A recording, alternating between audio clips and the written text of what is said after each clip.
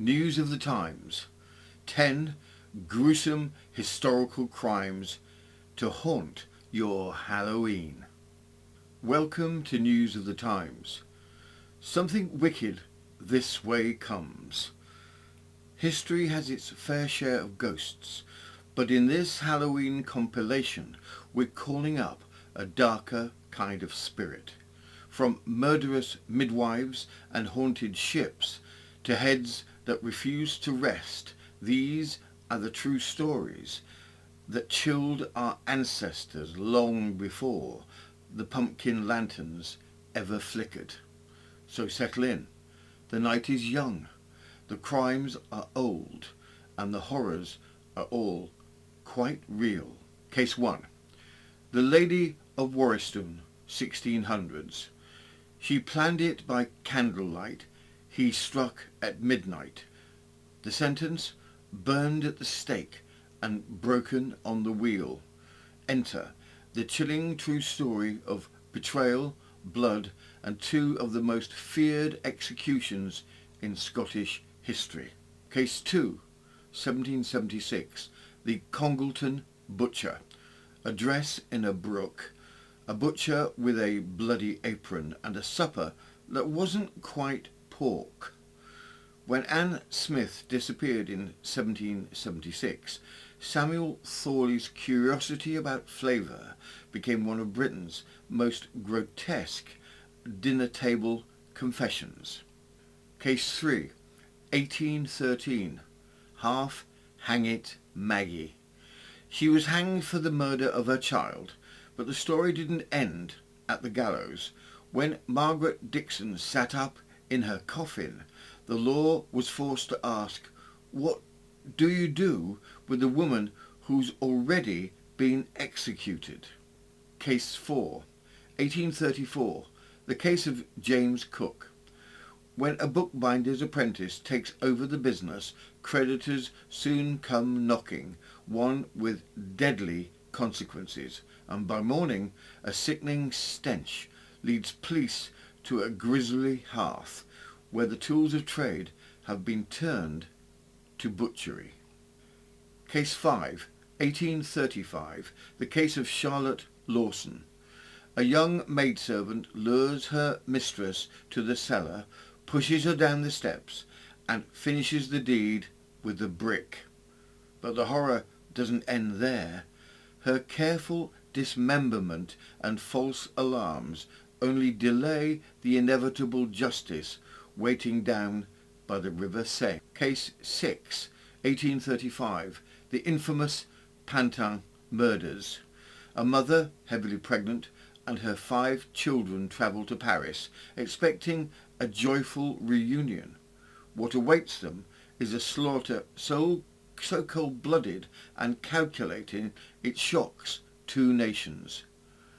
The discovery of a child's severed hand beneath a furrowed field begins the hunt for a mass murderer whose crimes grew more grotesque with each deceit. Case 7 through 9, 1880 to 1885. Creepy cases of severed heads. In this chilling episode, we delve into 3 notorious executions in 1880s France, where the severed heads of murderers were subjected to shocking scientific experiments, including transfusions of dog's blood and electric jolts to reawaken the brain. What the doctors claimed to witness would not have been out of place in the pages of Frankenstein. Case 10. The Arsenic widow cult of Nagyrev in Hungary, 1911 to 1929. When dozens of men in a remote Hungarian village began dying mysteriously, no one could have guessed the scale of the horror. Behind it lay a network of wives, mothers and daughters, all united by a cupboard full of poisoned jam and a midwife known for murder. Over 100 deaths, almost no remorse. And in our end of story further particular segment, first came the ghost, or so the steersman swore. Then came the jokes. We'll stab it and chuck it overboard. Unfortunately, one Greek sailor didn't quite get the punchline and took the joke a bit too literally. A haunting at sea where the ghost wasn't the real danger. So sit back if you dare. This isn't your average Halloween special.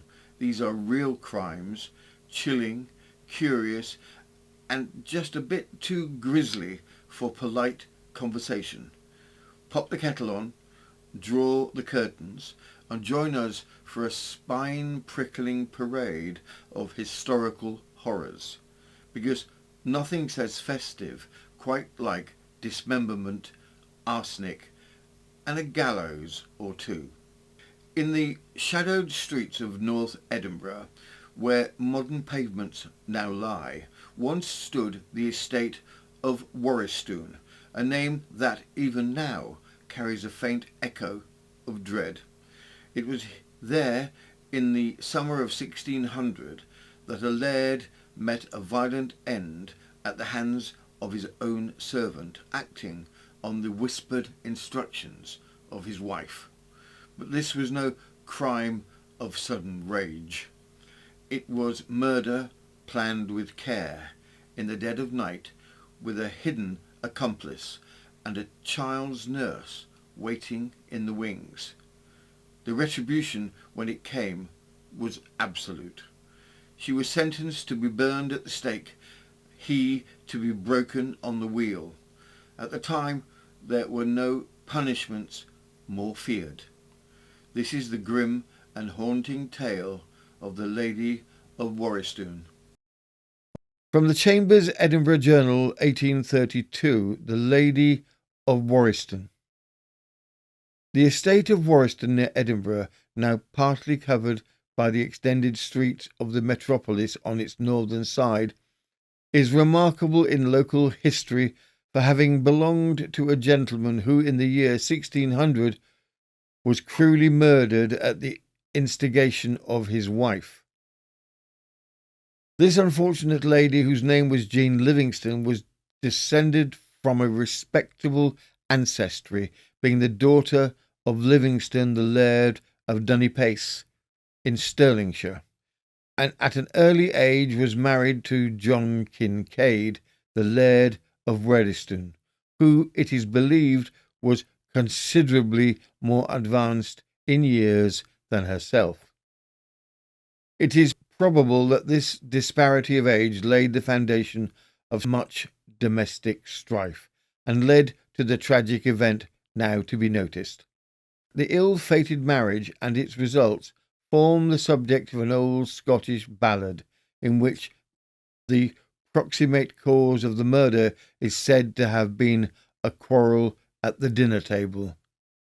It was at dinner as they sat, and when they drank the wine, how happy were the laird and the lady of bonny Waristoun. But he has spoken a word in jest, her answer was not good, and he has thrown a plate at her, made her mouth gush with blood.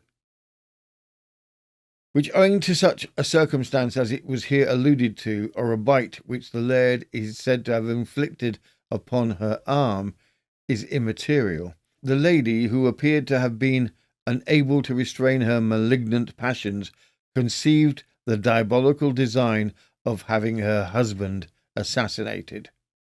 There was something extraordinary in the deliberation with which this wretched woman approached the awful gulf of crime. Having resolved on the means to be employed in the murder, she sent for a former servant of her father, Robert Weir, who lived in the neighbouring city. He came to the place of Waristoun to see her, but it appears her resolution failed, and he was not admitted. She again sent for him, and he again went. Again he was not admitted. At length, on his being called a third time, he was introduced to her presence. Before this time she found an accomplice in the nurse of her child. It was then arranged that Weir should be concealed in a cellar till the dead of night, when he should come forth and proceed to destroy the laird as he lay in his chamber. The bloody tragedy was acted precisely in accordance with this plan. Weir was brought up at midnight from the cellar to the hall by the lady herself, and afterwards went forward alone to the laird's bedroom. As he proceeded to do his bloody work, she retired to her bed to wait the intelligence of her husband's murder. When Weir entered the laird's chamber, Waristoun awoke with the noise and leant inquiringly upon the bed. The murderer then leapt upon him, and the unhappy man uttered a great cry. Weir gave him some severe blows on vital parts, particularly one on the flank vein, but as the lord was still able to cry out, he at length saw fit to take more effective measures. He seized him by the throat with both hands, and compressing that part with all his force, succeeded after a few minutes in depriving him of life. When the lady heard her husband's first death shout, she leapt out of bed in an agony of mingled terror and repentance, and descended to the hall, but she made no effort to countermand her mission of destruction. She waited patiently till Weir came down to inform her that all was over.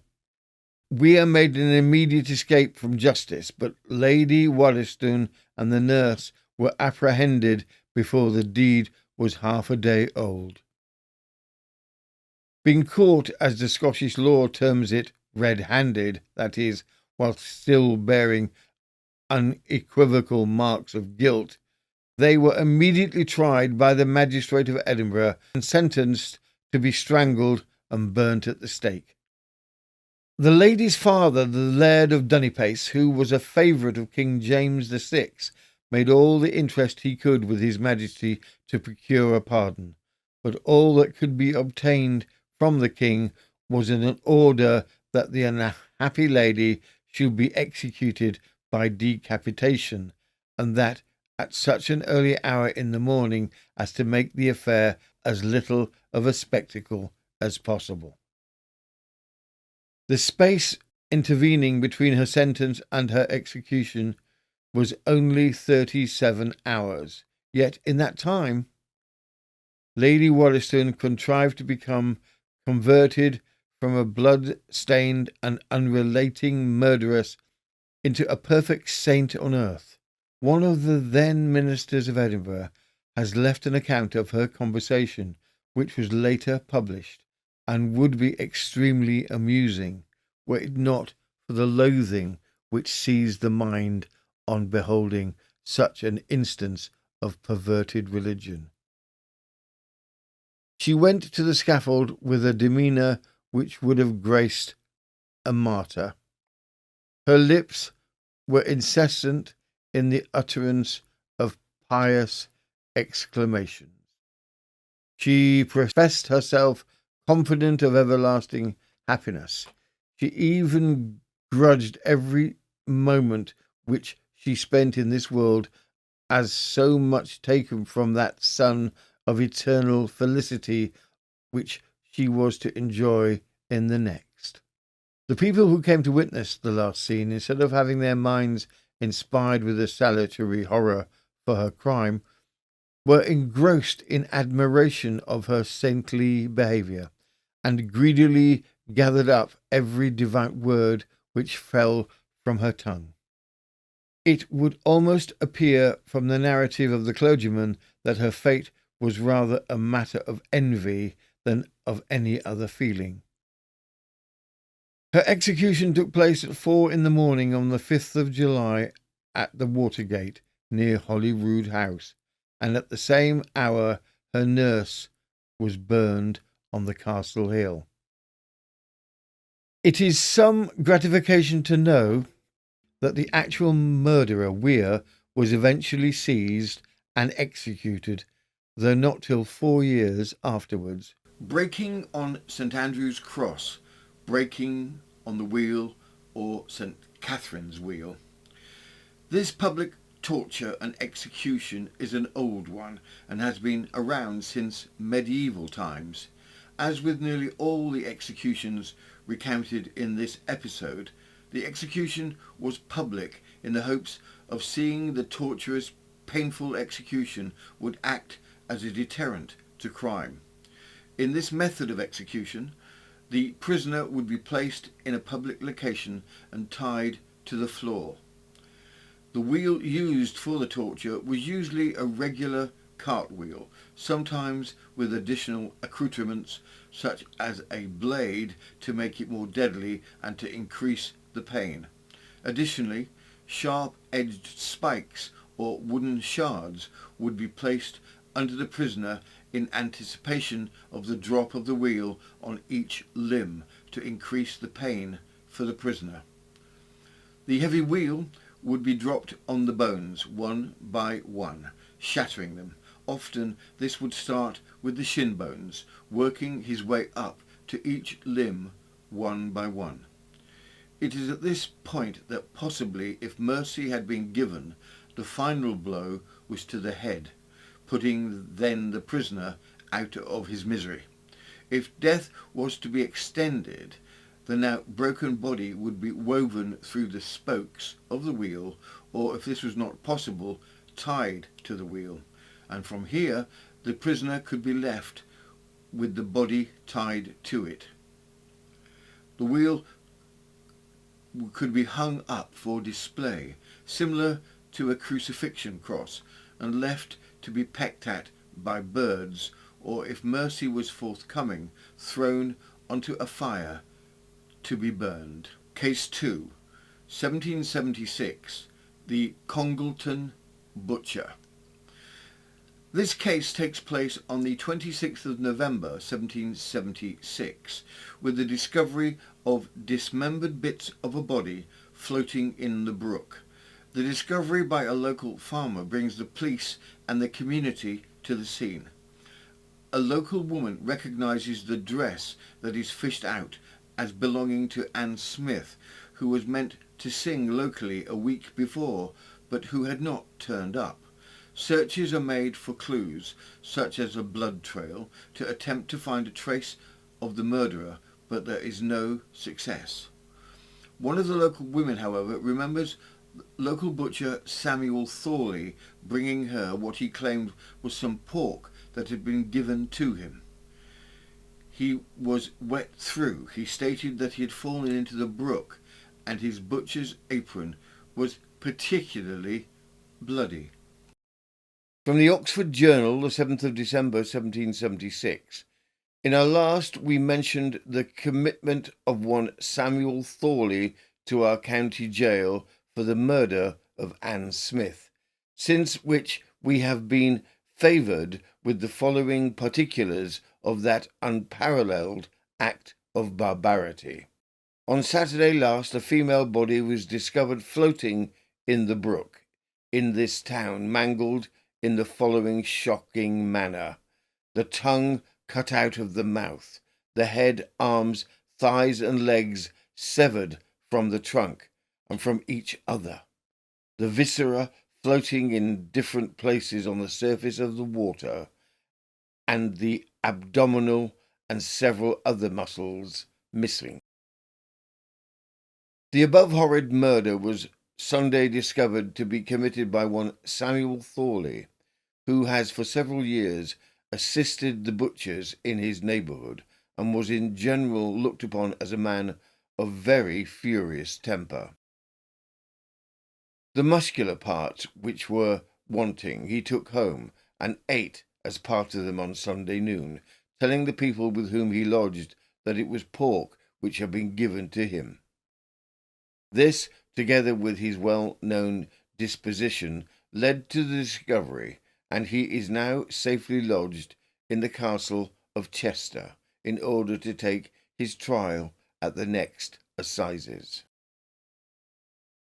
The unfortunate victim of this wretch's cruelty proves to be a poor woman who sings ballads, gathered rags, etc., in and about Congleton. It is well known that the prisoner was not in necessitous circumstances, nor does it appear from his own account that the woman had by any means provoked him. Locked up. Thorley confesses rather quickly. The trial takes place as a formality. What everybody wants to understand is why. His explanation is his wish to see if human flesh tasted like pork. From the Northampton Mercury, the 21st of April, 1777, the murder of Anne Smith. On Tuesday was tried at Chester Assizes Samuel Thorley, a butcher's follower of Congleton in that county, for the murder of Anne Smith, a ballad singer, aged 22.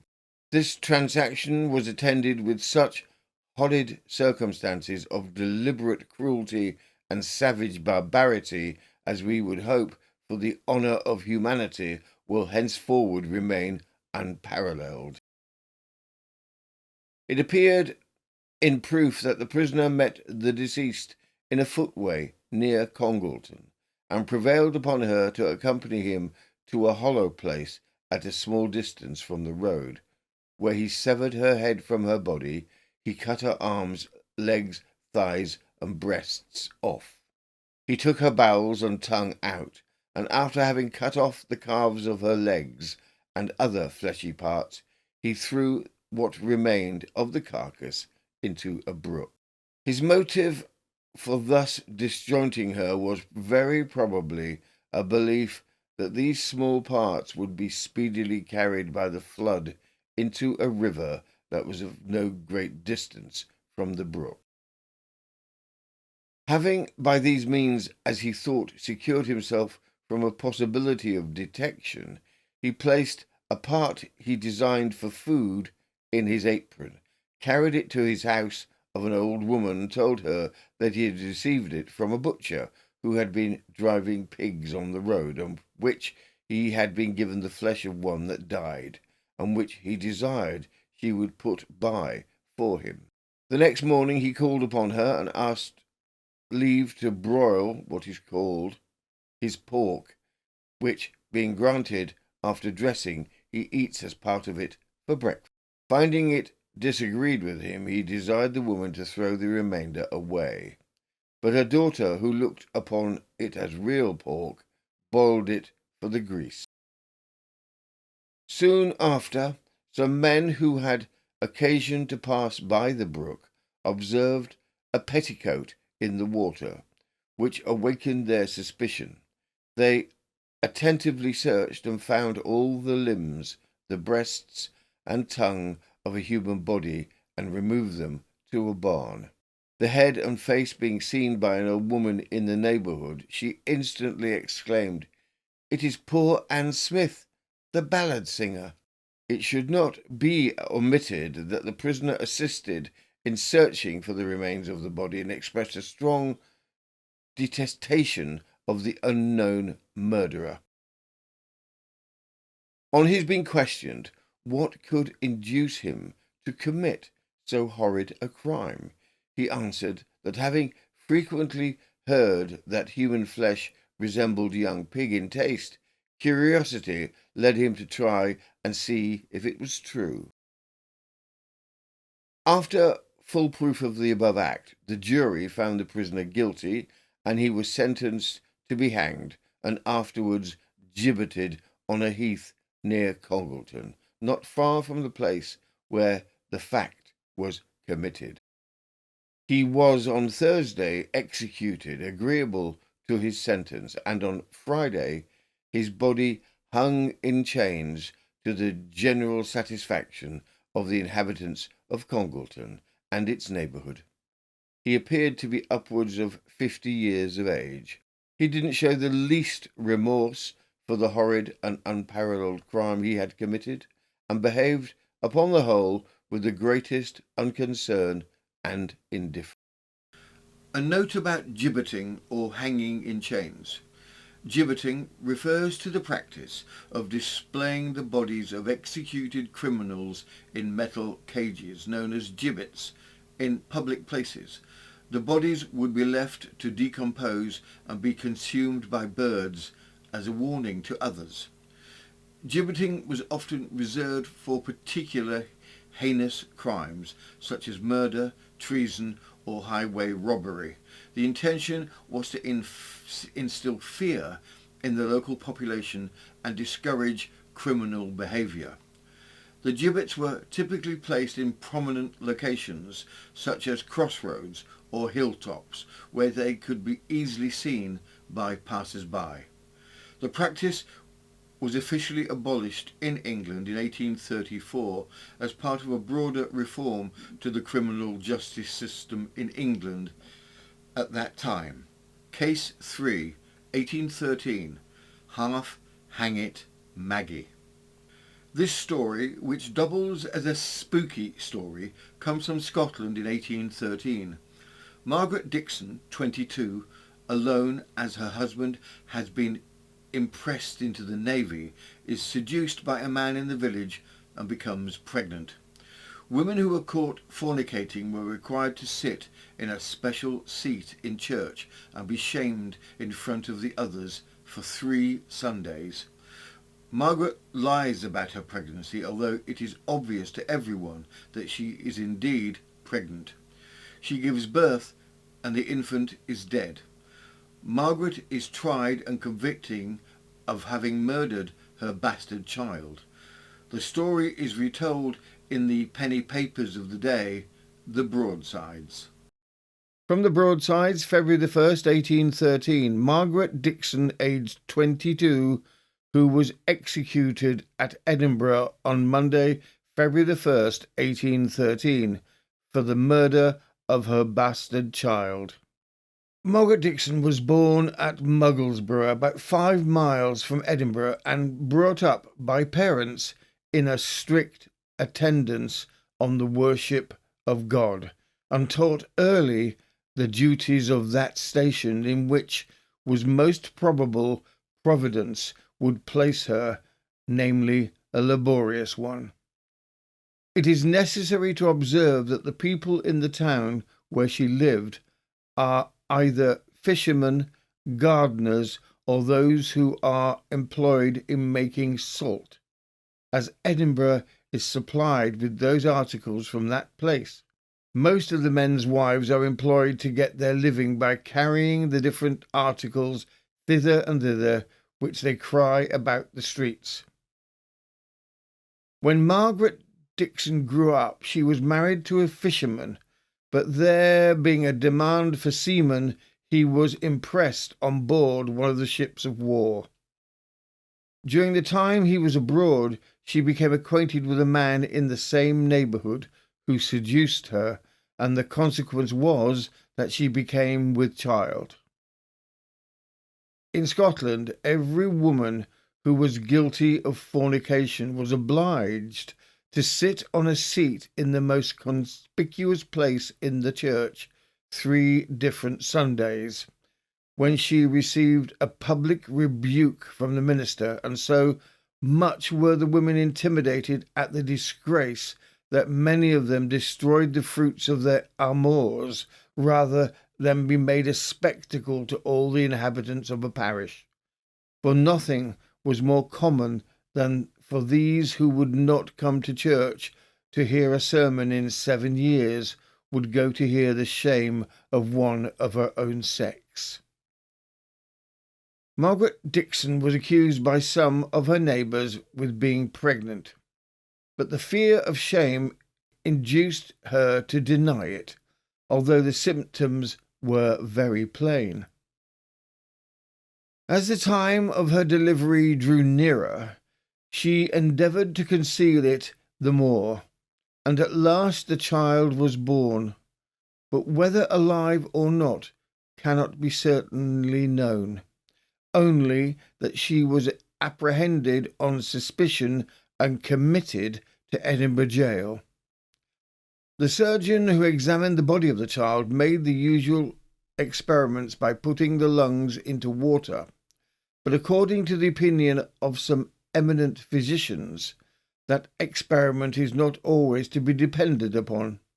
It is impossible for men to know everything, and it often happens that gentlemen who have made the law their study and obtained seats on the bench are obliged to take evidence to abide by the opinion of a surgeon. Indeed, where cases are plain, such as a wound with a weapon that must of course prove mortal, no doubt can remain. But then, when the life of a person depends upon the opinion of 2 or 3 surgeons concerning a disputed point, we think that both the court and the jury ought to lean to mercy.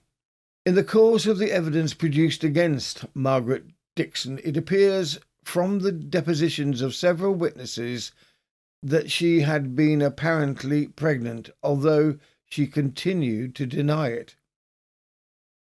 It also appeared that a child was found dead near the place where she lived, and there were to be seen about her all the appearances of a delivery. The surgeon deposed that when the lungs of the child were put into water, they swimmed, so that it was their opinion that it had breathed. For, as they said, unless a child has breathed so as air could be drawn into the lungs, those parts of the body will not swim. Upon the whole, the evidence was believed by the jury, who found her guilty, and she received a sentence of death. While she lay in confinement, she was extremely penitent, and acknowledged that she had in many instances neglected her duty, and likewise that she had been guilty of fornication, but to the last denied murdering the child, or that she had the least intention of doing so. Her reason for concealing the birth of the child was for fear of being made a public example in the church and a laughing-stock to all her neighbours. She said that she was suddenly taken in labour sooner than she expected, and her agonies not only prevented her from getting assistance, but also left her in a state of insensibility, so that what became of her child she could not say. When she was brought to the gallows, she behaved in the most penitent manner, but still denied her guilt, after which she was turned off and hung the usual time. When cut down, her body was given to her friends, who put her into a coffin in order to carry it to Musselburgh for interment. But the men who had charge of the corpse stopped at a village called Pepper Mill, about 2 miles from Edinburgh, in order to get some refreshment, leaving the cart with the body near the door.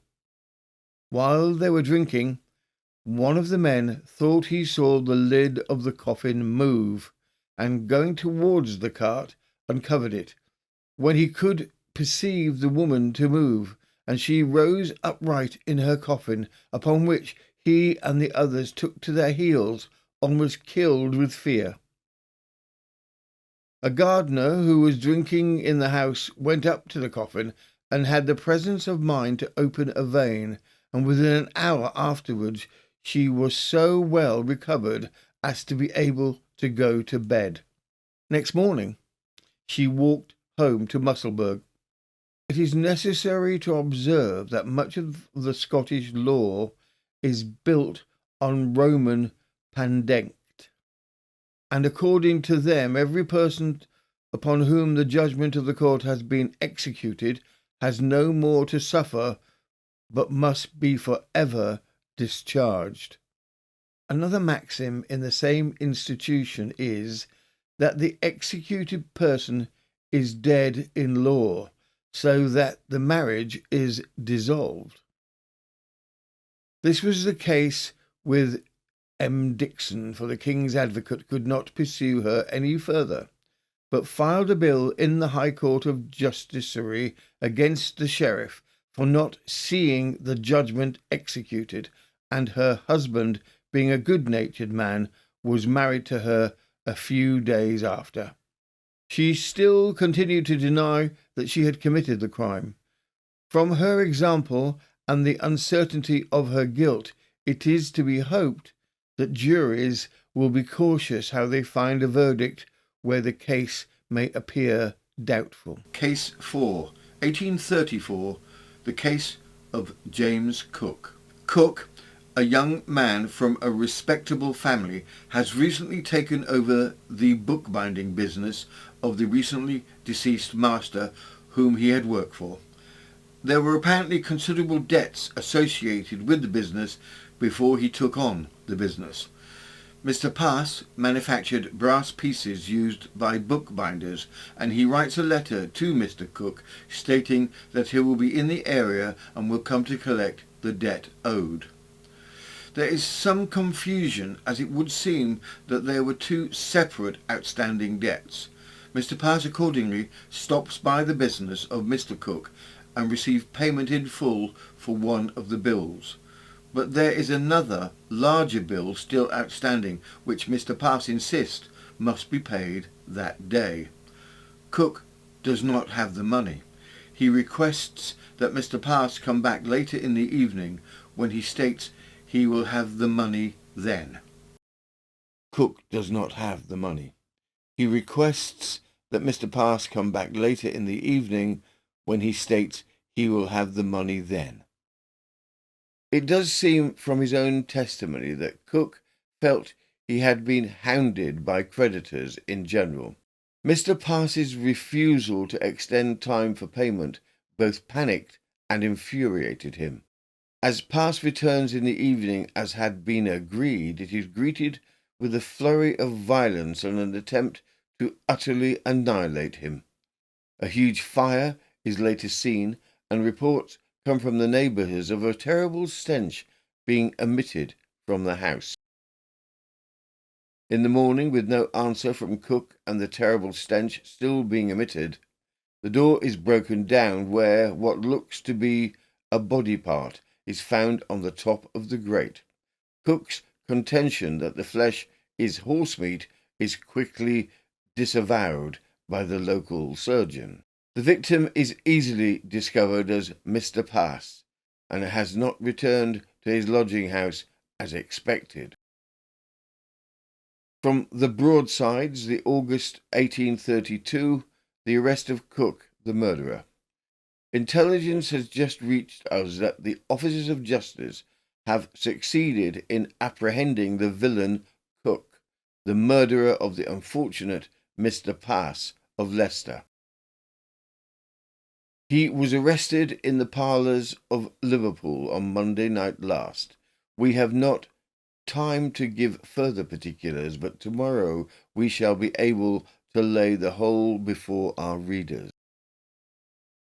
Last night, one of our police, in passing down Wellington Street, was attracted by an unusual light and intolerable stench to a small printing establishment situated up a court in the same street, belonging to a person by the name of Cook, from whence he found both the light and smell proceeded.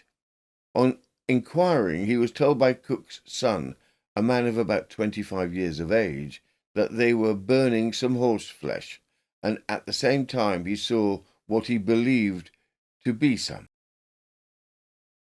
Next day, the neighbours, finding the smell did not abate, insisted upon having the place examined and the nuisance stopped. Neither Cook nor his son were to be found. Suspicion increased. The door of his workshop was burst open, and, oh God, how can I describe the scene which presented itself? In the centre of the brick floor, extended upon yet smoking embers of an immense coal fire, lay the almost consumed trunk of a human being, severed from the upper part of the body, just below the ribs, and divided, evidently, by an axe from the lower extremities. About the middle of the thigh, a part of a knee, part of a shoulder, and some other small remnants of mortality were found amongst the cinders.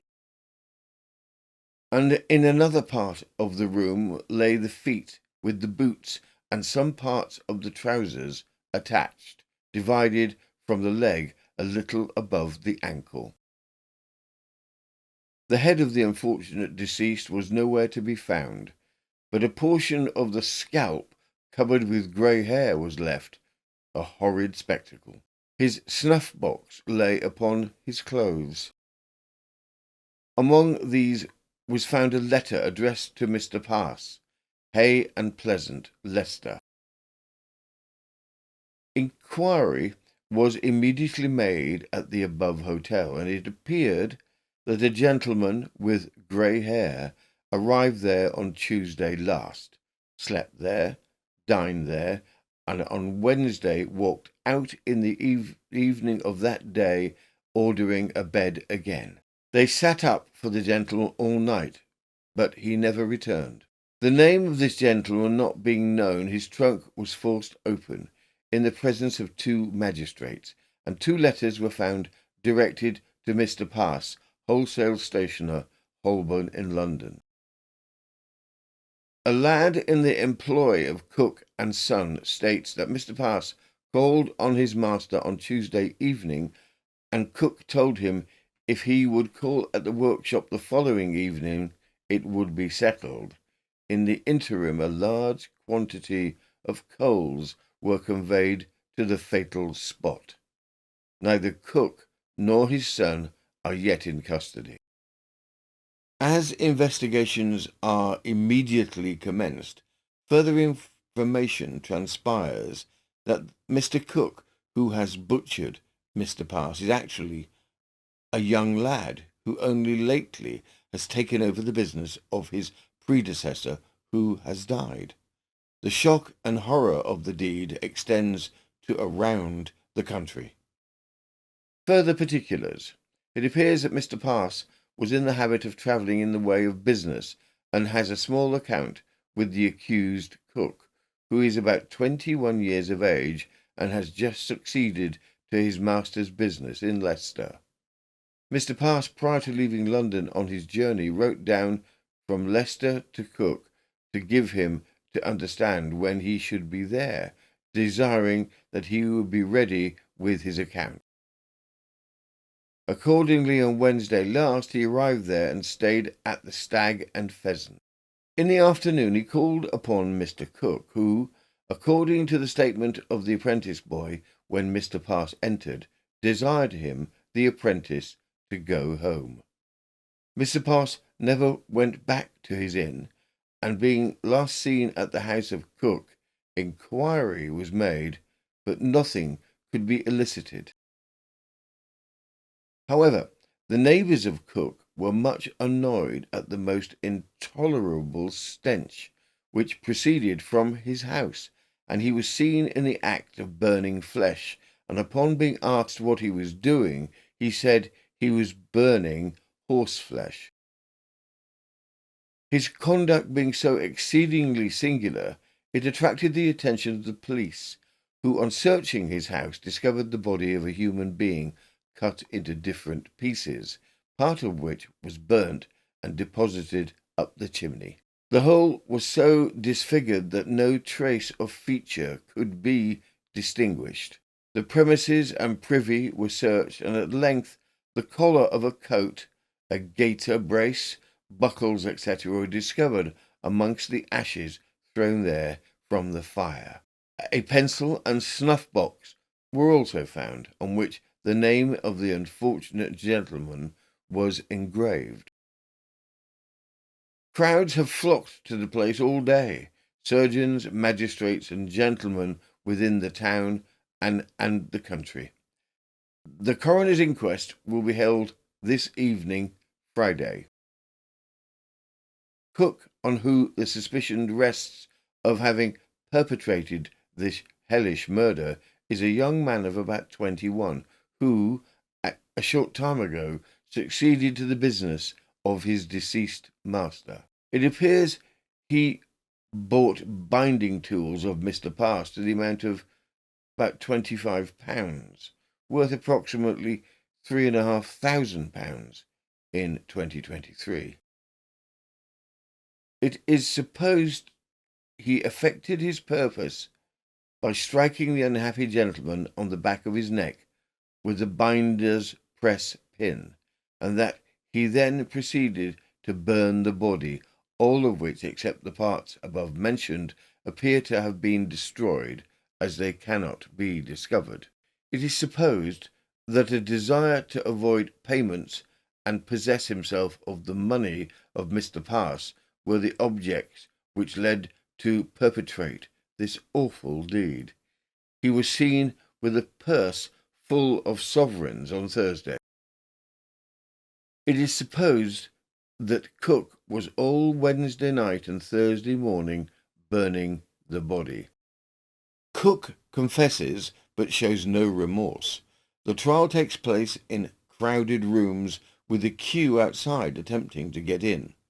The ghastliness of the crime makes the national headlines. The horrid murder, dismemberment and burning of Mr. Pass, 1832.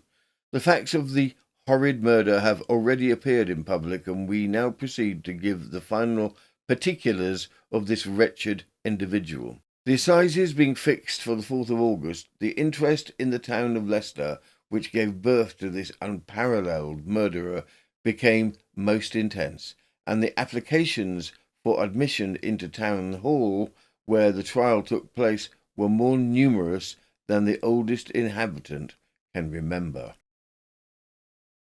Cook, during his incarceration, has, with few exceptions, preserved a sullen calmness. Nothing more than his previous acknowledgment of guilt, in which he firmly asserted having nearly destroyed the whole of Mr. Pass' remains by fire during the night of the murder, can be got from him. Cook's confession. At a meeting of the borough magistrates in Leicester at the town jail, Cook was brought before them heavily ironed, and although in the presence of gentlemen, to most of whom he had a few days before known under happier circumstances, he betrayed no emotion, and his manner was quite composed. He was asked if he chose to state any circumstances connected with the sad case. The magistrates were ready to hear what he had to say, but they had to caution him that it would be taken down in writing. The prisoner, after a short pause, with that firmness of tone and manner, replied as follows: "I am innocent of wilful murder, and my conscience is not burdened in the manner that you gentlemen seem to suppose. Mr. Pass called on me in the morning, but what morning I cannot say, as my agitation of mind has been so great ever since. I paid him a bill of 12 shillings. There were 2 bills due. The other was for a larger sum. Mr. Pass wrote settled on the 12-shilling billing, and I told him I would strive to pay the other if he called again in the evening. Mr. Pass did call in the evening, but I was not able to give him anything. He was angry, and I was angry. Disagreeable words took place, and a scuffle ensued, and in this manner I was brought to this shameful act." The following day, Mr. Burbridge commenced the inquiry by asking him how he felt in himself. The prisoner replied that he was more comfortable in mind than he had hitherto been since the commission of the crime, and that he knew he must suffer for it. Mr. Burbridge then asked how he did it. The prisoner replied that he had cut up the body into fragments, and so placed them on the fire. The judge, evidently affected in the most solemn manner, sentenced the prisoner to suffer the severest penalty of the law, to be hanged by the neck and gibbeted. The crime with which the prisoner stood convicted drew tears of anguish from a crowded courtroom. The prisoner was led from the bar to the condemned cell, apparently in the deepest despair of fecundity. The fateful morning having arrived, the sheriff and his javelin men proceeded to the county jail, where every preparation had been made to carry into effect the last awful sentence of the law.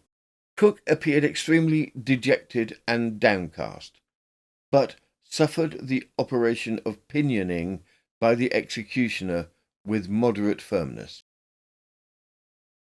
Several gentlemen, independent of the chaplain, conversed most seriously with the prisoner in his last moments, to all of whom he confessed the justice of his sentence.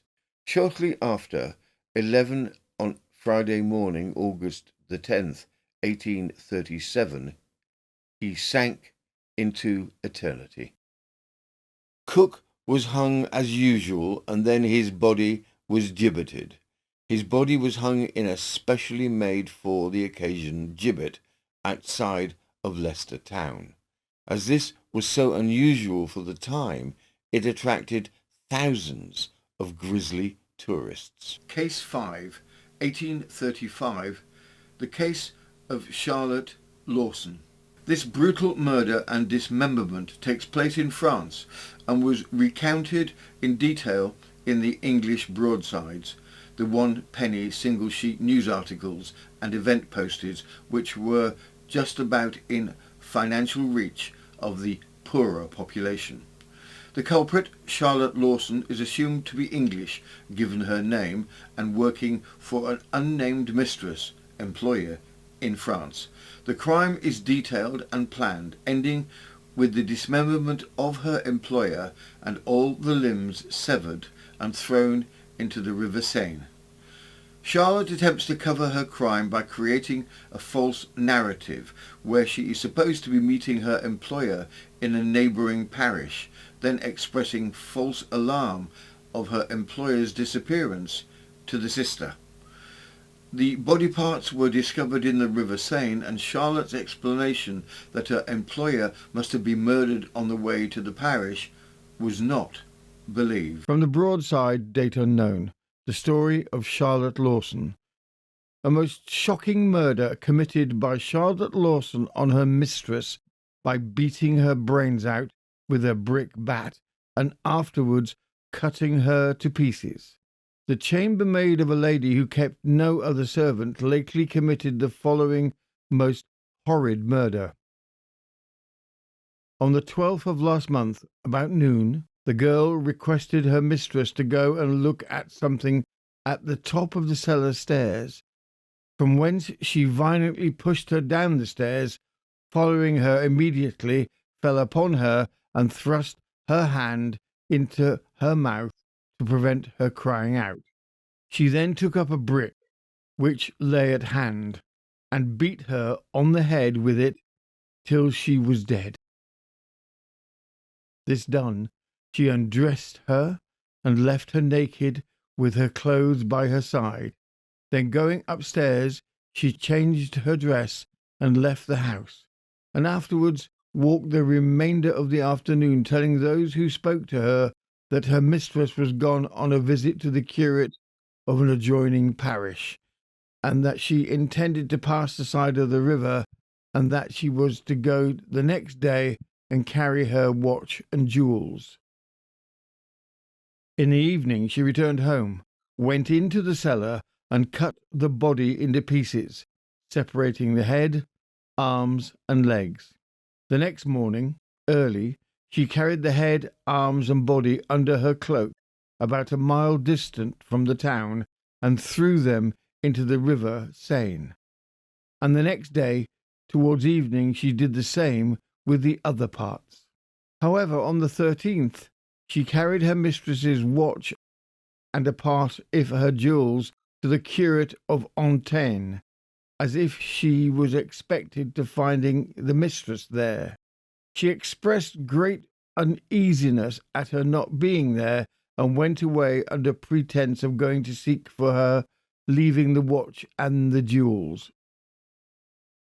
On Sunday the 19th, she went for them again and carried them to her mistress's sister, seeming greatly alarmed at what might have become of her good lady.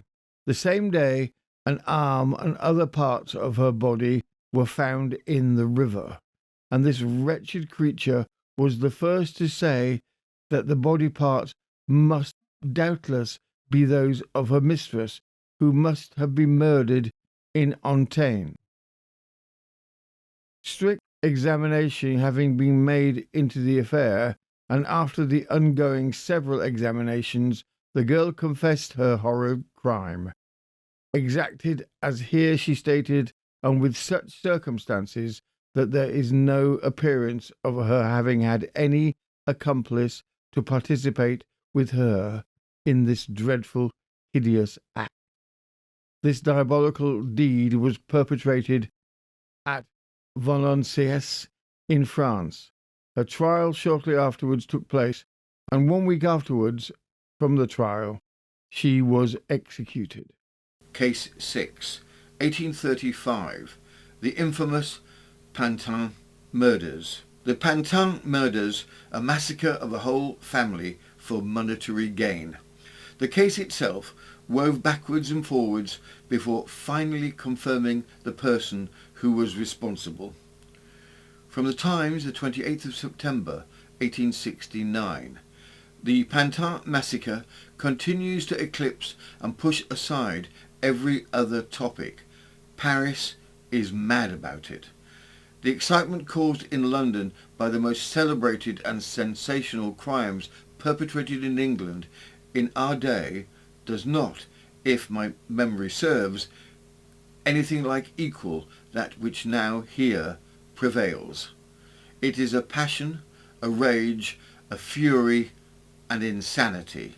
Some of the papers fill their columns with scarcely anything else. News of the Times. Serial Killer Saturdays. The Pantin Massacre.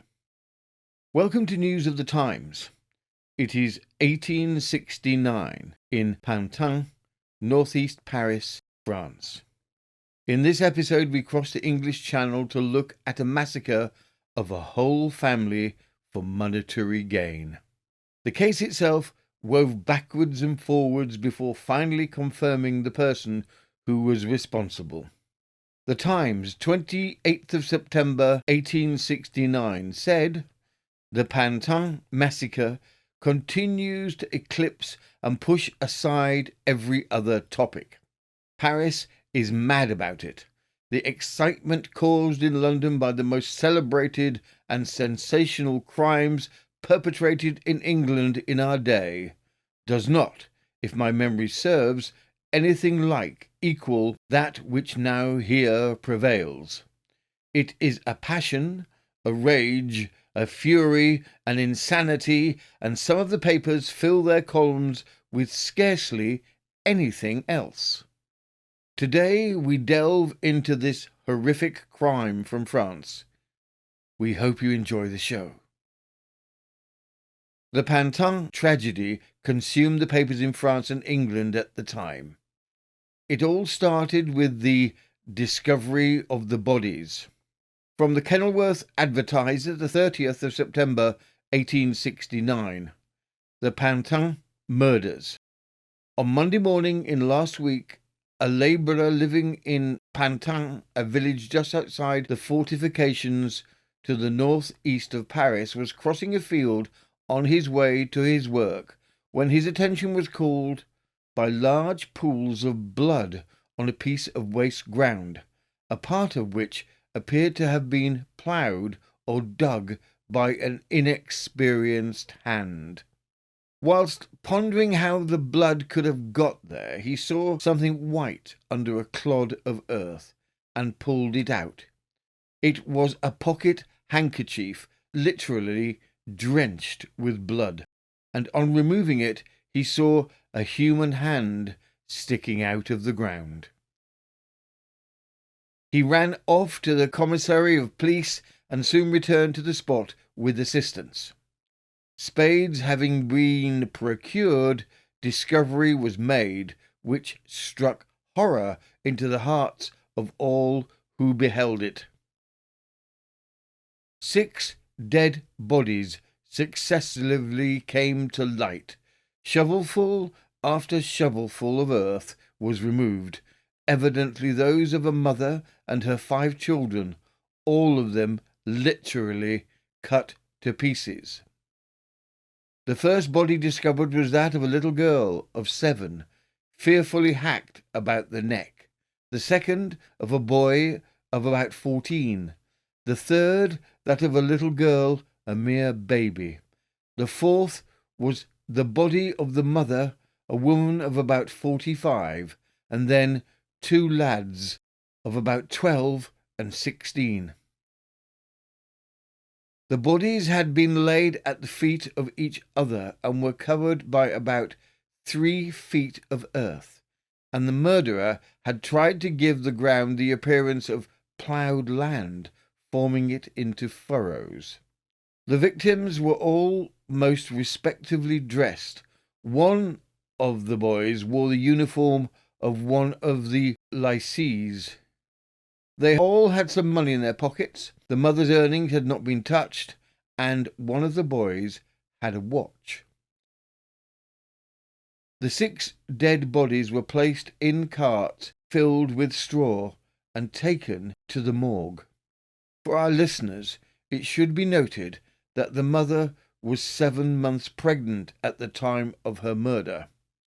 News of the slaughter of a pregnant mother and her 5 children quickly spread across the area and to England. From the Kenilworth Advertiser, the 30th of September, 1869.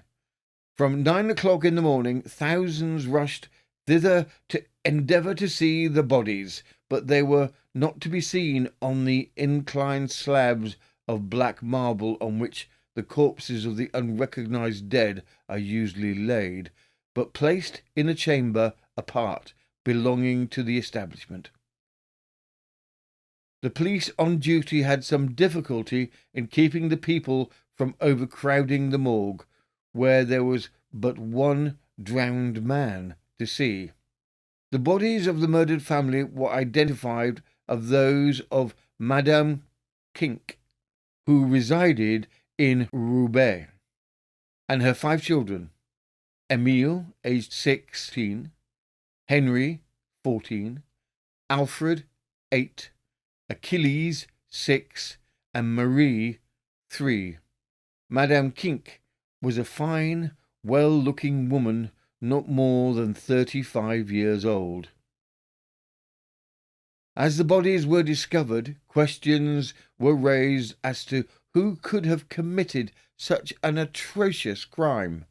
The primary suspect was the father, Jean Kink, and an elder son, Gustave. With both the father and son missing, papers jumped to the conclusion that there had been a rift within the family and that the father, possibly with the help from the eldest child, had lured the mother and children to Pantin from their village, killed them, and then buried the bodies in a formation to look like the burial was part of a ploughed field. Investigations worked on back-tracing the steps of the family from their village to Pantin.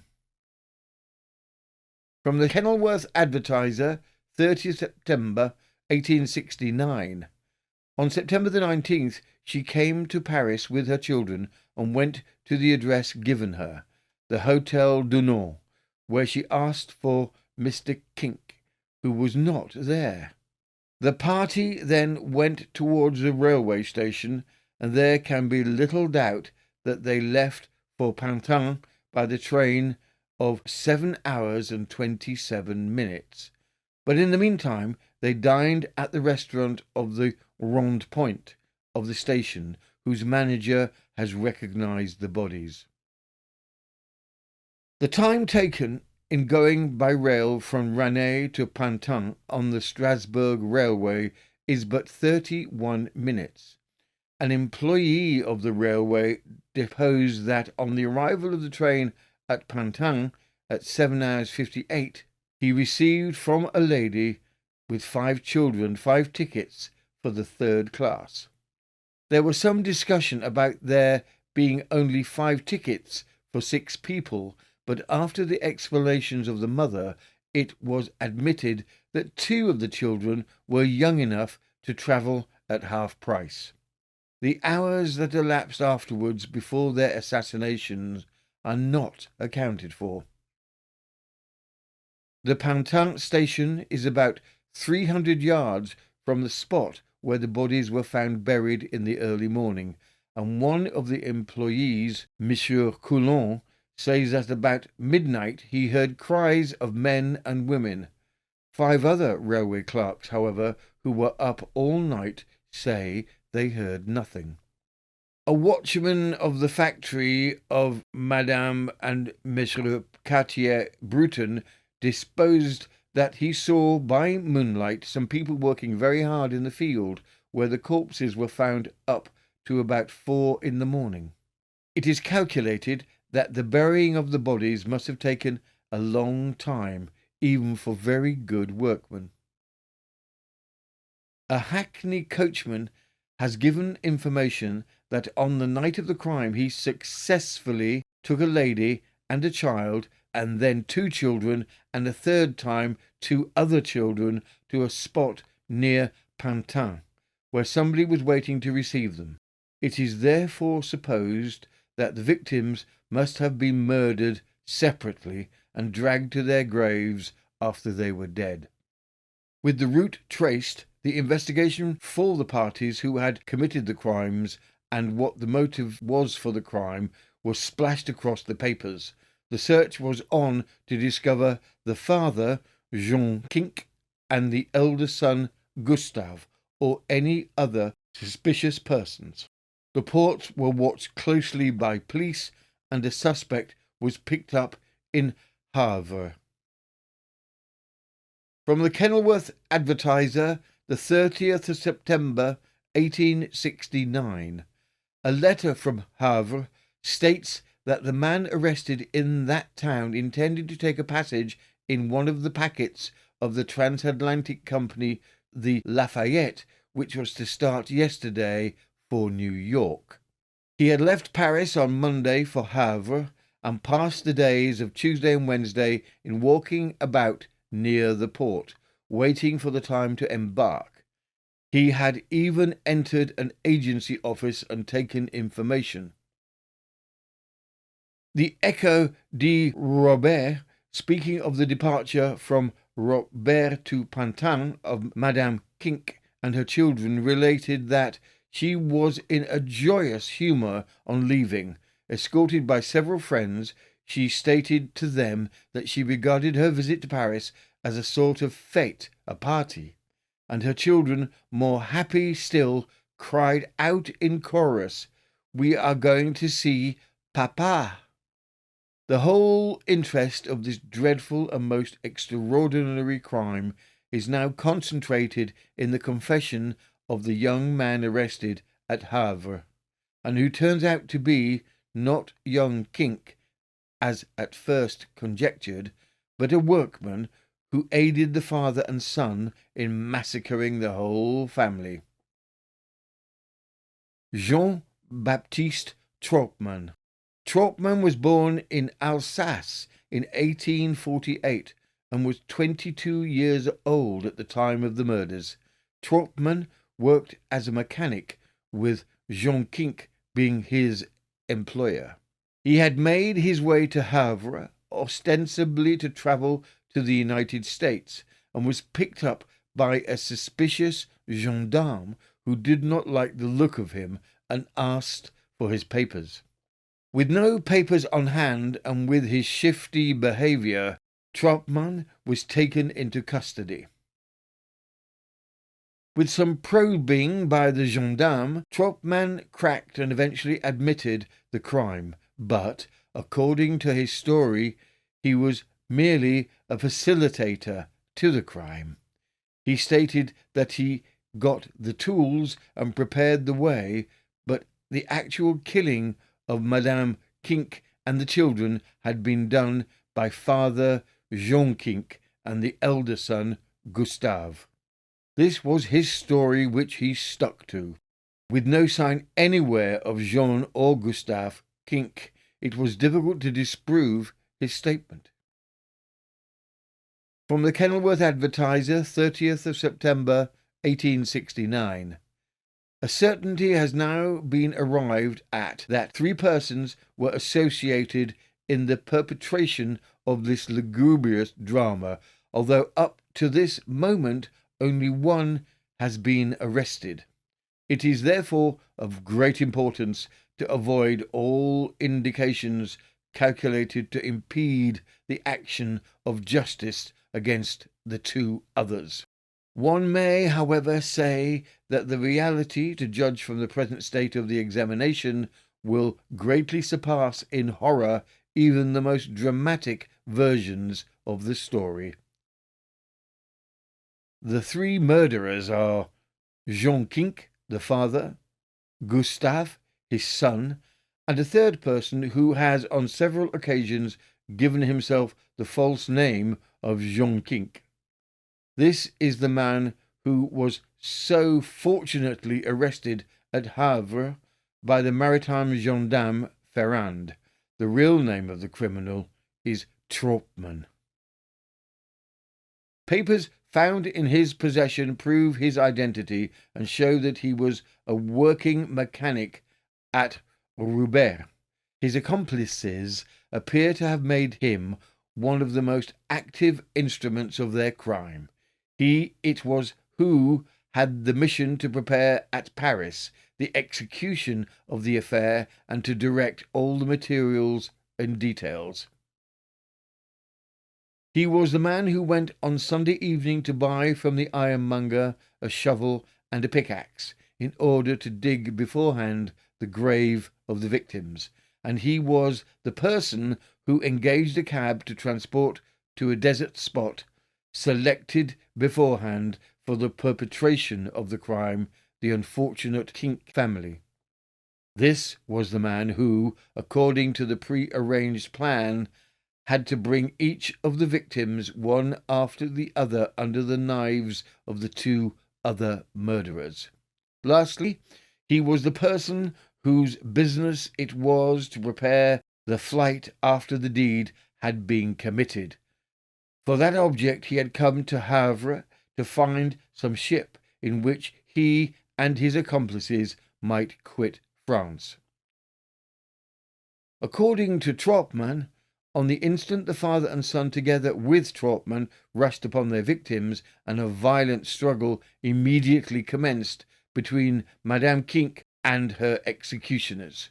The poor woman, being in the vigour of life and stimulated by the energy which the instinct of self-preservation supplied, succeeded in wresting the knife out of her husband's hand. She then turned the weapon against him, wounding him in the arm, and would doubtless have contrived to escape had not the other assailants, after having massacred the children, assaulted her in their turn. And so the deed of blood was accomplished. According to the assertions of Trautmann, it was not he, but Gustave Kink, who went to fetch his three young brothers from the cab. On the occasion of the first interrogation, attempted at 5 o'clock in the hospital by the examining magistrate, Trautmann persisted in absolute silence. At 7 in the morning he underwent an examination, in the course of which he made, as we are assured, a complete confession. Trautmann's narrative proceeds. At the same moment the father plunged his knife into the back of one of his children, and then, with the rapidity of lightning, assailed his wife.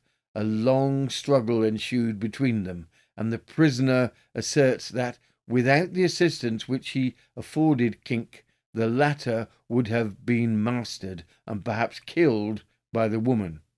Trautmann refused to go for the other children, so that the son went.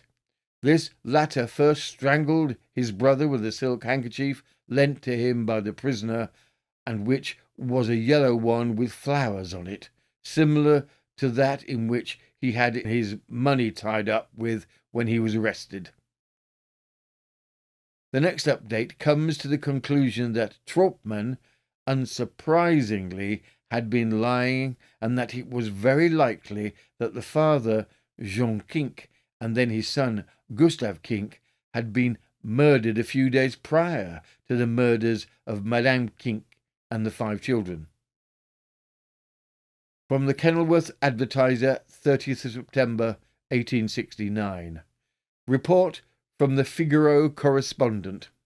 On the strength of evidence given by a reporter of the Figaro, coupled with a variety of circumstances now reported from Rouban and Havre, I have come to the conclusion that Kink Senior and Gustav Kink son were innocent, and that in all probability they were themselves assassinated by Troppmann several days before the murder of Madame Kink and her 5 children.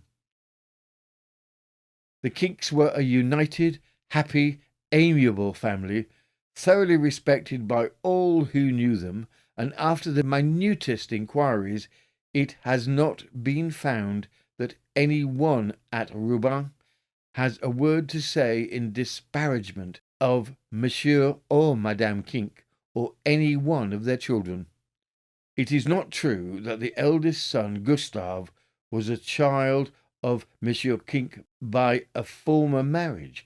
He was full brother to the 5 murdered children, and instead of being 22, as stated, he was but 16.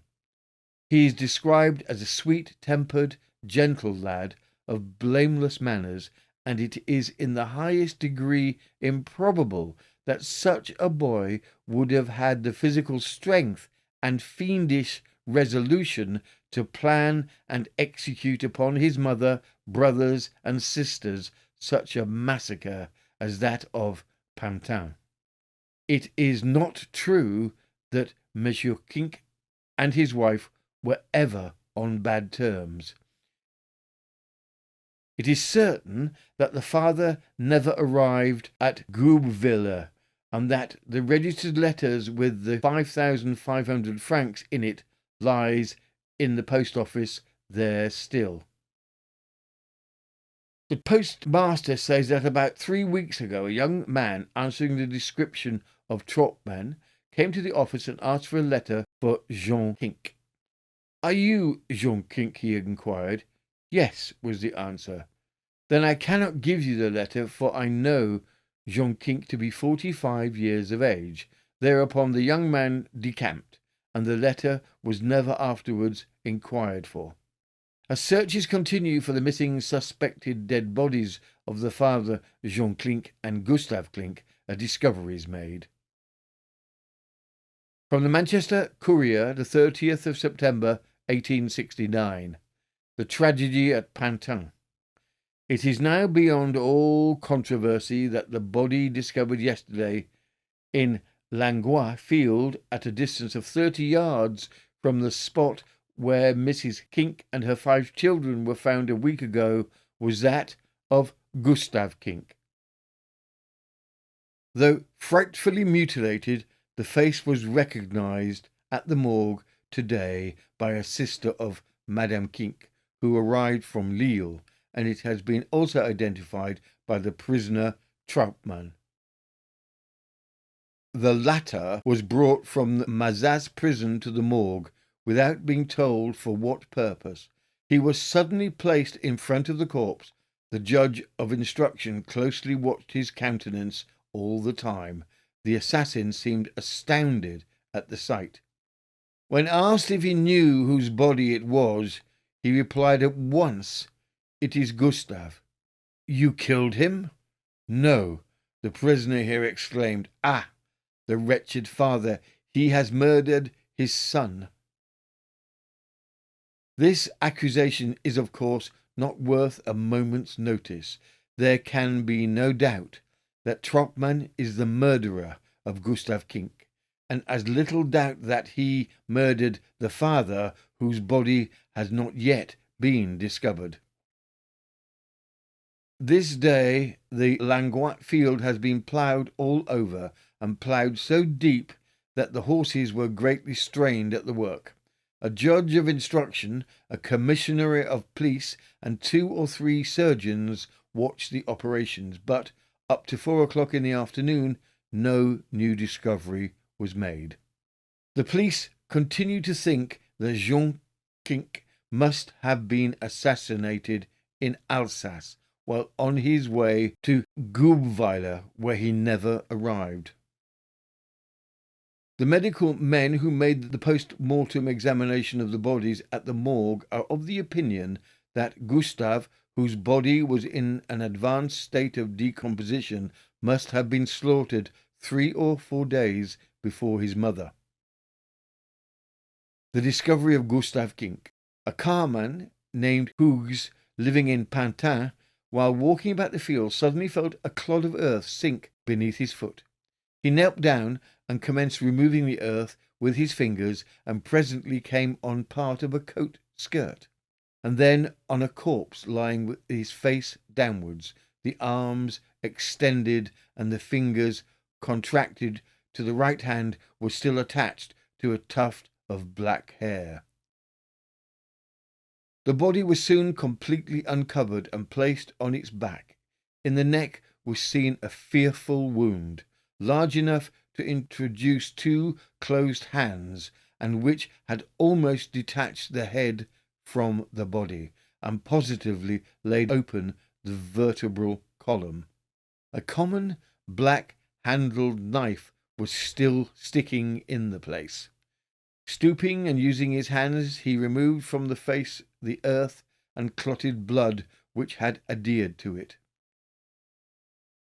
The upper lip bore no traces of a moustache, and the chin had never been shaved. The flesh, however, peeled off, and the hair dropped from the head on being touched.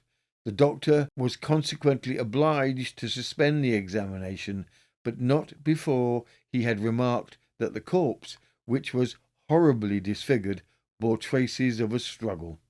3 deep wounds were found in the region of the heart, and at the back of the head a deep hole, no doubt produced by a blow from a pickaxe. Monsieur then examined the body more closely. It was that of a young man of about 18, wearing trousers of yellowish colour with a black stripe, waistcoat of the same kind, a coat of dark brown fancy stuff with side pockets, all exactly corresponding to the description of the eldest son. The cap of brown and violet check was searched for and found in the hole.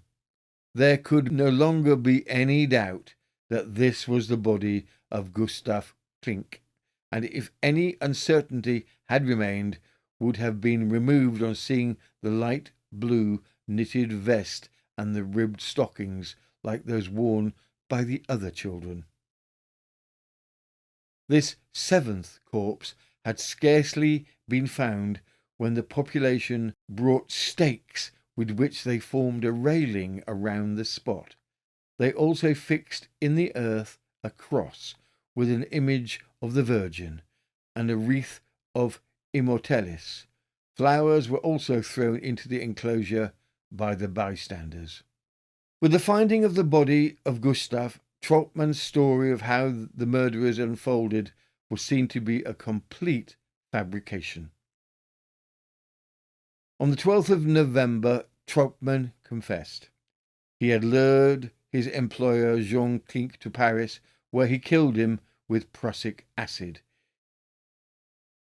He then wrote to Madame Kink, stating that he, Jean Kink, had sprained his wrist, which was why he had another writing the letter for him.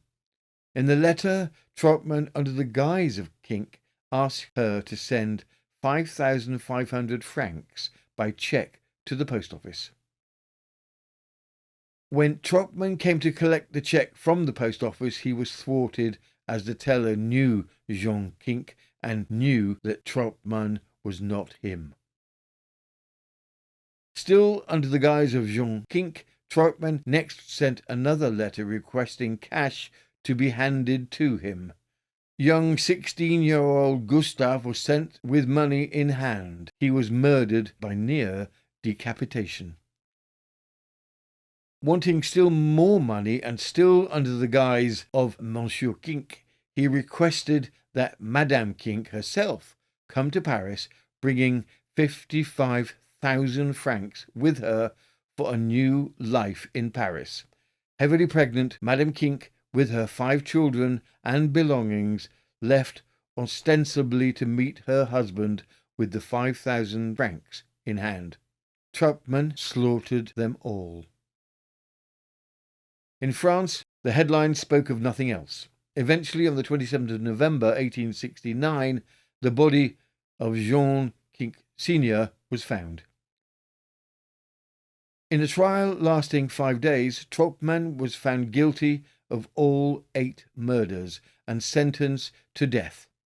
The jury, press, and judge were unforgiving, and he stood little chance of anything other than a full guilty verdict. The execution. Troppmann's execution was not without drama.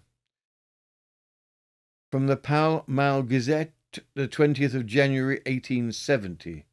The execution of Troppmann. For the 3rd time, an immense crowd of people flocked up to the prison at La Roque yesterday evening to obtain a good place for the execution of Troppmann, whose head fell this morning at about 7 o'clock. Outside the prison, the crowd was noisy, as such crowds always are, but the noise did not awake the prisoner in consequence of the precautions that had been taken to secure him a tranquil night before mounting the scaffold. He slept well last night, but when Monsieur Claude entered his cell at 6 a.m. to tell him that his last hour had arrived, he was already up and writing a letter to his family. He received the fatal announcement without showing much emotion. It was evident that he was struggling hard to remain firm in appearance. Before mounting the scaffold, he begged the confessor to convey some message to his family. Up to the last moment, he declared that he had had accomplices, but would not name them. It was only when he had been strapped on the fateful plank that his devilish nature reasserted its way, and it was all that the executioner could do to hold him down and get the head in a proper position. During this short struggle, Monsieur de Paris had his hand bitten by the criminal. Emile, the aide, held Troppmann's head, and the next moment the blade descended, and the last act in the Pantin tragedy terminated. Jean-Baptiste Troppmann was executed by guillotine on the 19th of January 1870. Case 7 through 9, 1880 to 1885, creepy cases of severed heads. In this segment, we look at 3 cases where the severed head from the execution is used for scientific experiments, some of which are described in the press as ghastly, all quite reminiscent of Mary Shelley's Frankenstein. In Victorian Europe, death and the associated burial were a sacred event. The burial in consecrated ground with the body untouched was what would allow the soul to find its way to heaven. One of the ultimate punishments was to have the body given to science for dissection, and then an even worse punishment was discovered, to look into the possibility of reanimation of the head after death, echoing back to the 1818 publication of Mary Shelley's Frankenstein.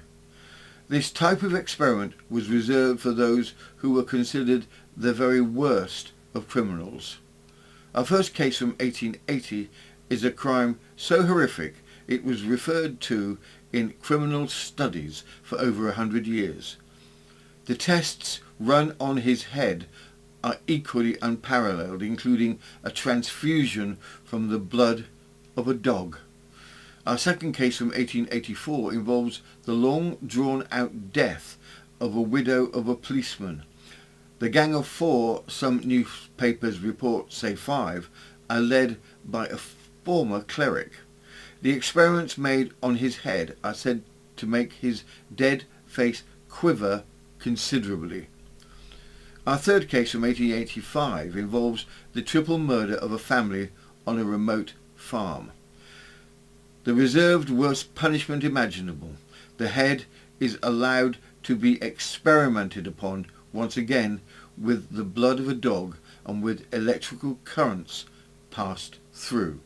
Case 1, 1880, France. Louis Menesclou. We start with this horrific case from 1880 in France. The crime was considered so shocking historically, it was referred to again and again in many a thesis regarding the criminal mind. The archives of criminal anthropology, which were founded in 1886 by Alexandre Lascanguier, will revisit the Menesclou case many times over the years to come. Louis Menesclou lived with his parents on the Rue de Grenelle in Paris. He is described as having come from a family of honest workers, but he himself remains unemployed and a problem child.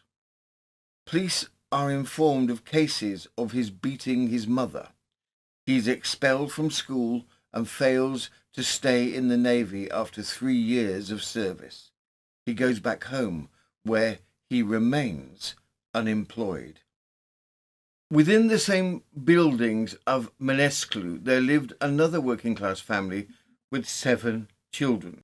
The youngest girl of 4 seems to draw the attention of Menesclou.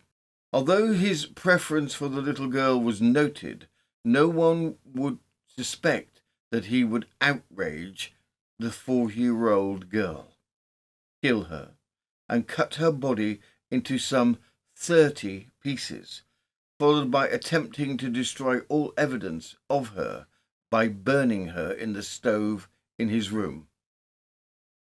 As the panicked parents of the missing little girl look for help, concerned neighbours immediately become involved.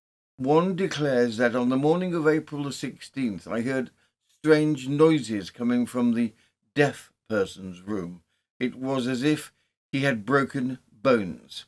I listened at his door for a moment, and then I got scared and I ran away. Another neighbour states it was as if they had cut up a rabbit. I said to myself, the wretch, he's cutting the child, of course, and I informed the concierge. A third man, a worker, alerted by the smell, goes up the stairs, listens behind Menesclou's door, goes up again, climbs onto the roof, and looks through the window and is horrified. The case unfolds by word of mouth within the building. The mother describes the process of finding her small child. We are going up. A horrible smell was coming from Menesclou's room, and there were neighbours in front of his door. The commissioner's secretary also reports on the search and the arrest, and he states, I threw myself at him, I tackled him, and I searched him. 2 pieces of flesh fell to the ground. They were the girl's forearms. Then I discovered the head, which he had forcibly shoved into the oven of his stove. One court reporter reports that the neighbours wanted to massacre Menesclou on the spot. Medical examinations take place. It is found that he is neither afflicted with permanent insanity nor with intermittent insanity. From the London Daily Chronicle, the 31st of July, 1880, the trial of the ruffian Menesclou, charged with outraging a little girl and then murdering her, has come to a conclusion, the verdict being that he is guilty of both crimes. For once, a French jury trying a murder case have found the prisoner culpable without adding the generally absurd rider of with extenuating circumstances, and Menesclou has accordingly been condemned to death by the court, and is pretty certain to forfeit his life for his hideous offence, which the death penalty, I may add, is only too often remitted in France on the most trifling excuses. The wretch heard the verdict without displaying any emotion, and just as indifferent as he had been throughout the whole trial. However, when the sentence was delivered, he cried out, "I did not outrage her." So horrific is the crime considered on both sides of the channel. The execution is covered in detail, even by the smaller regional papers.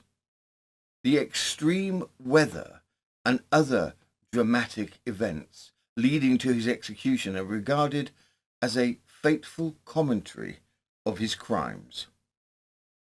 From the Portsmouth Evening News, the 8th of September 1880, the execution of Mănescu.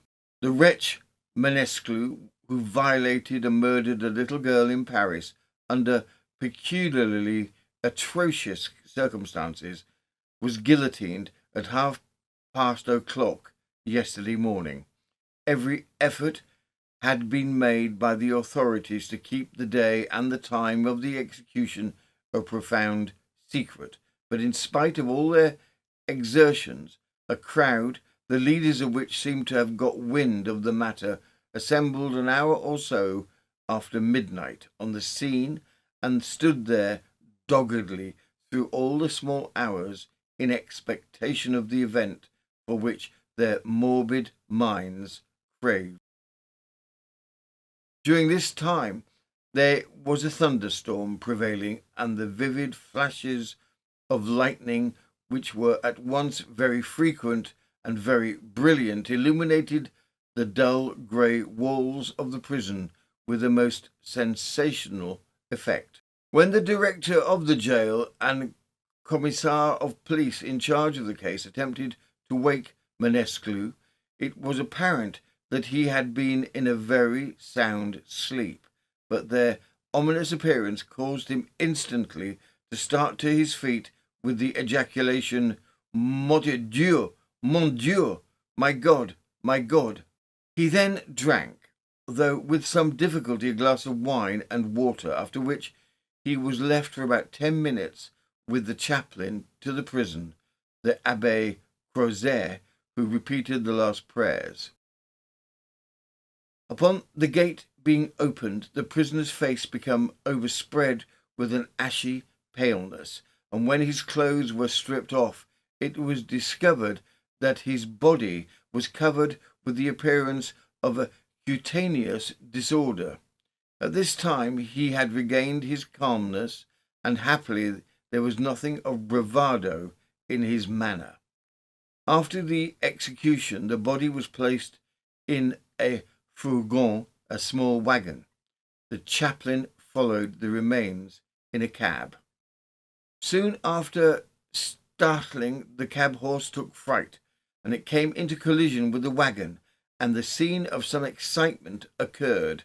No accident, however, took place. Thus ended, at the hands of the law, the life of a wretch whose crime was almost without parallel amongst the terrible criminal annals of the time. But it is not the end for Mănescu's head, and it's now to be experimented upon with the blood of a dog. From the Western Daily Press, the 13th of September, 1880, a ghastly experiment. It is stated by Le Figaro that after the execution of Mănescu in Paris for the murder of the little girl Louis Dieu, his remains were conveyed to the anatomical theatre and subjected to a singular experiment. Dr. Sapé injected under the cutaneous tissue of the head some fresh drawn blood from the carotid of a living dog.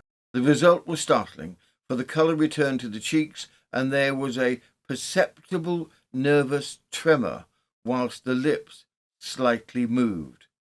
The same treatment applied to the body produced no effect.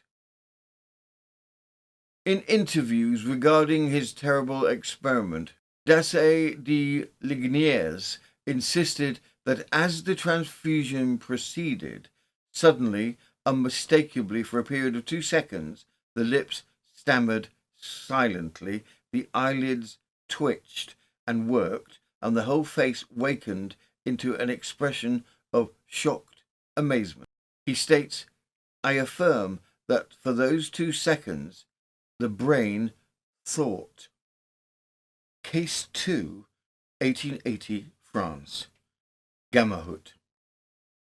This crime, although terrible indeed, is agreed by some reporters, sadly, to be more of the same, as it would seem disenfranchised groups of youths perpetrating terrible crimes was a problem at this time in France. However, this case involves the widow of a policeman, thereby impacting the perceived importance of the case. By all accounts, the victim, widow Madame Ballariche, was a fighter. It was said even with 4, possibly 5 youths attacking her, she fought on for a full 10 minutes before succumbing to their attack.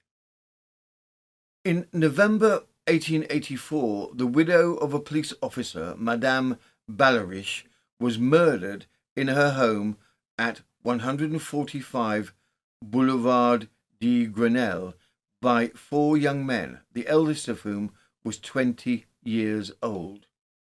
History has only remembered the name of the one who was guillotined on April the 24th, 1885, a man named Gamahut. 2 of his accomplices, Gerard-Émile Eugène, born in Paris on August 22nd, 1867, a mason's apprentice, and Abadi, were also sentenced to death and executed. From the Manchester Courier, 12th of December, 1884, confession of a Paris murderer. Gamahut, one of the murderers of Madame Ballariche at Grenelle, was taken to the parish morgue on Wednesday morning and confronted with the dead body of his victim. He has confessed the whole crime to Monsieur Kern. He states that he was the first to go into Madame Ballariche's room, followed by 3 accomplices. He first knocked the poor woman down and then slit open her carotid artery with his knife. One of his companions held her down. Madame Ballariche, being a strong person, struggled for fully 10 minutes with her murderers. The only plunder which they secured consisted of 1 franc, a litre of wine, and a few articles of little value. Gamahut fled from Paris next day after reading of the murder in the newspapers. He struck straight through the country and had but a few francs in his pocket. When arrested by the gendarmes, he was in a state of utter destitution. The trial takes place. What comes across to everyone is the extreme youth of all of the assailants. Questions are asked regarding the state of society to have such young people band together to do such a terrible crime, and all for a pittance. The focus is mostly on Gamahut, who is regarded as the leader of the group, being the eldest at 23. He was also formerly a brother within the church, thereby compounding his crimes in the eyes of the public. Although the majority are found guilty and to be executed, the ultimate punishment is reserved for Gamahut. From the Newcastle Herald, a miner's advocate, the 14th of July, 1885. The guillotine in France. Gamahut, the murderer of Madame Ballariche, was executed before the prison of La Roquette shortly after 4 o'clock this morning, writes the correspondent of the London Telegraph under the date of April the 24th. Gamahut, who was formerly a Cistercian lay brother, had been asked by some young ruffians who habitually prowled around the exterior boulevards at night to help them in robbing Madame Ballariche in her house at Grenelle. This he did, and whilst one of his associates held down the unfortunate woman, he cut her throat. The murderer received with blanched cheeks and bloodless lips his dreadful summons from the governor of the prison. He was then pinioned by the executioners and walked firmly enough, preceded by the chaplain, to the place of execution. Here he was in a second seized and thrown on the block or bascule. The knife descended and did its work without the least sound. The quivering remains were then quickly collected and taken to the cemetery, where a mock burial was gone through according to law, after which the head and the trunk were handed over to the School of Medicine. Some disgraceful scenes were enacted after the execution. One of de Bellière's assistants had to go through the crowds with a pail of water empurpled with the blood of the criminal in order to throw it down a drain. In doing so, some of the water fell by the side of the pavement, and a street Arab immediately dipped his hand in it and rushed grimacing amongst a crowd of frightened women. Experiments were made with the remains of the criminal at the medical school under the superintendence of Dr. Biclard, professor of physiology. During the journey to the school, the muscles of the face were observed to quiver considerably, proving again that in cases of decapitation, the vegetal or partial organic life lingers some time after the extinction of the animal existence. Case 3, 1885 in France, Gagny and Arnaud. It is January 1885 in the Glorious God or Glory to God farm in the village of Congleton, located in north-central France. 49-year-old Adrit de la Hache lives on the dilapidated estate in support of his 76-year-old mother, who suffers from crippling rheumatism. He stays with her, but has plans to return to Paris upon her death. A young 23-year-old local girl, Célestine Beauvalet, lives on the premises to assist him with the farm and his mother.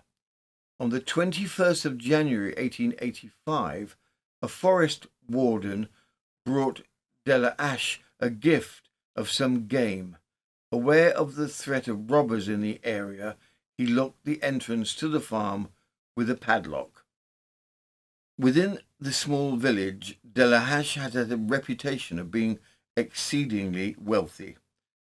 Added to the temptation to potential robbers was the known fact that he lived alone with an aged, invalided mother and a young lass.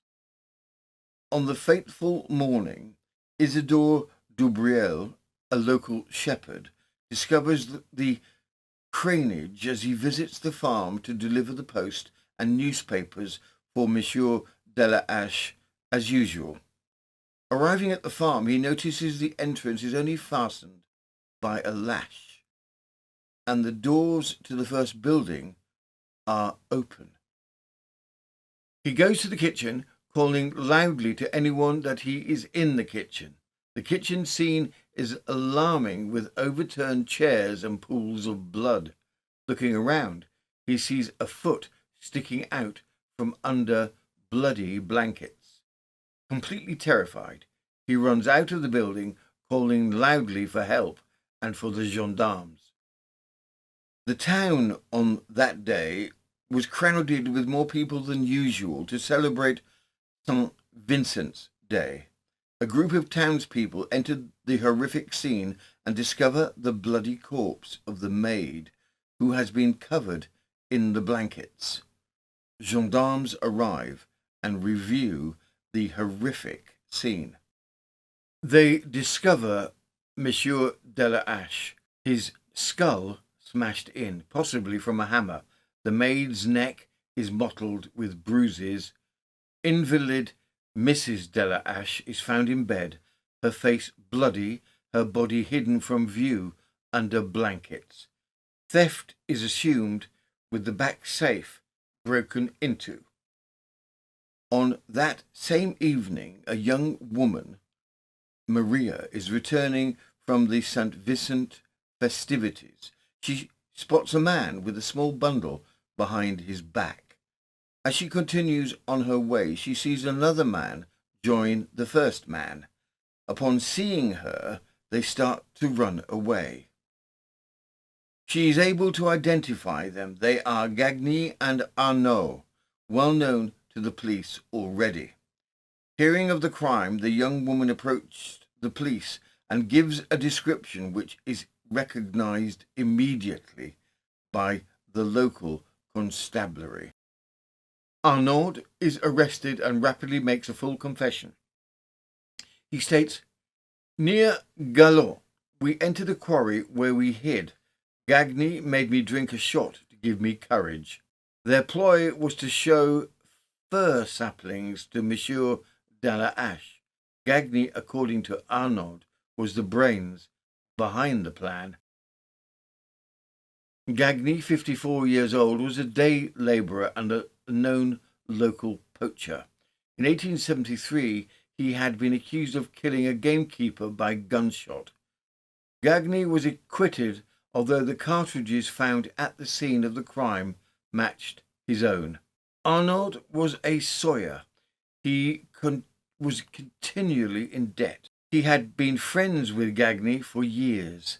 The plan to rob Dalahache had taken 3 months to plan out. Arnaud went on to describe the crime. Gagny struck Dalahache violently on the back of the head with a lead cane. Then it was Celestine's turn to be strangled, and the elderly mother of the owner was smothered in her bed. Opening the safe, they took its contents: banknotes, gold, a brooch, rings, silver, spoons, a watch, binoculars, and a revolver. Gagny is traced and discovered in Lucingy. He is taken back to the scene of the crime, escorted by a small troop of gendarmes. He finds a crowd of 2,000 people shouting death threats at him. From the Sunderland Daily Echo, the 20th of May, 1885, a French tragedy. At Troyes Assizes, 2 men named Arnaud and Gagny have been convicted of a triple murder at a house formerly a monastery and still called Glory Dieu, glorious God. The owner, Monsieur Dalahache, his paralytic mother, and his maidservant, being all the inmates of this sequestered dwelling, were found murdered one morning in January by a shepherd who daily brought letters from the post. Suspicion fell on a notorious poacher, Gagny, who began spending money somewhat lavishly, and in his cottage Monsieur Dalahache's watch was found, and also there was a shirt stained with blood and identified as the property of Arnaud, a sawyer. The latter, Monsieur Arnaud, confessed that he and Gagny had called at Glory Dieu on the pretense of selling fir plants. That while Monsieur Dalahache was uncorking a bottle to give them wine, they struck him down dead. As they called the maid who was upstairs and strangled her at the foot of the stairs, and then dispatched the aged mother who was in bed. After the murder, the ruffians quietly supped by the side of the corpses of their victims and decamped with a large amount in gold and banknotes and Russian and English scrip to the value of 150,000 francs. Gagny to the last denied his guilt and thereby lost the benefit of the extenuating circumstances which the jury somehow discovered in Arnaud's case. The latter was sentenced to hard labour for life. while Gagny, unless reprieved by Monsieur Grevy, will be executed. A request for a commutation by Gagny's legal team is denied. Gagny will be beheaded at the Place de la Tour on July the 2nd. The event was very crowded, with many people having slept on the premises outside all night in order to have a good view on the day of Gagny's execution. From the Evening Irish Times, the 3rd of July 1885, execution in France. Gagny, the murderer of a gentleman and his servant at Glory-Dieu, was guillotined this morning at Troyes. The crime was committed at Glory-Dieu on January the 21st last, the victims being a Monsieur de la Hache and his servant Celestine Beauvalet. An accomplice of Gagny named Arnaud escaped the sentence with penal servitude for life. There was a great crowd present at the execution, and the criminal showed no repentance. Arnaud died on his journey to the penal colony he had been sentenced to. The harsh feelings toward the convicted triple murderer Gagny remained. Physicians at the Hôtel Dieu hospital had requested the body of Gagny to be subjected to a battery of physiological experiments. The deputy of Yon requested in his letter, "I have not so far requested authorization to conduct experiments on the head and body of a decapitated person because in Paris they are done too late to yield useful results. Knowing that a capital execution will likely be taking place in Troyes, I would like things to be arranged so that I can have the body and head at my disposal a few minutes after the beheading. I would make arrangements depending on the location of the execution. The experiments I will conduct will be purely physiological. By that I mean I will not attempt to revive the physic functions of the separated head. In my opinion, no one has the right to try such experiments. If they succeed, if one manages to restore consciousness and sensory activity, the result would be a physical and moral torment so horrific that it would amount to a crime by the operator. The condemned man has paid his debt, and no one has the right to add to it with torture." The mayor of Troyes approves the request. The scientific experiments make the international press and are viewed with horror by the British press. From the Bradford Daily Telegraph, the 6th of July, 1885, horrific, horrible scientific experiment. Some curious experiments were made on the head of Gagny, the murderer executed yesterday, 15 minutes after its separation from the trunk. The blood of a dog was infused through the carotid artery, and by titillating the nerves, the eyelids became contracted and movements were visible in the lower jaw. These results were also of Gamahut, Madame Bellerich's murderer, but the doctors at Troyes, where Gagny was executed, pushed their experiments further. Electric currents were applied to the nerves of the face and caused motion. The trunk was then acted upon by the same forces. The nerves of the hands were visibly affected, and 20 minutes after the execution, the heart was made to beat. This organ was found to be clogged, it is supposed, to the stoppage of the circulation a few minutes before death. The condemned man had, in fact, become livid when brought face to face with the instrument of death, and it was conjectured that circulation stopped at that moment. The experiments were conducted by 5 medical men of Troyes. The quest to see if the dead could be reanimated continued for several years and spanned the continent and also some cases in America.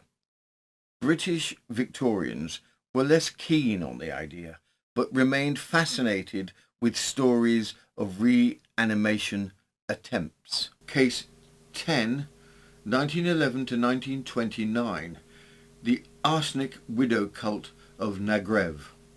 It is 1929 in a small village in Hungary, where the men all seem to be dying over a span of several years. In contrast to the rest of the country, this village has a shrinking male population. Men who were older or irritating or had outgrown their usefulness were dispatched and replaced with younger trophy models. Parents and relatives who got in the way were also gotten rid of. These actions were taken predominantly by the female population, with one person as the centerpiece who supplied the poison and taught the local women how to poison so it would not be detected. Her cupboard, holding a variety of arsenic jams, was famous. The village murder count of some 50 is proven, but it is estimated that the kill count was well over 100. Background. The central figure in the village of assassin women is Suzanne Fazekas, a midwife and wise woman or cunning woman. In 1911, Frau Fazekas arrives in the village of Nagyrev in central Hungary.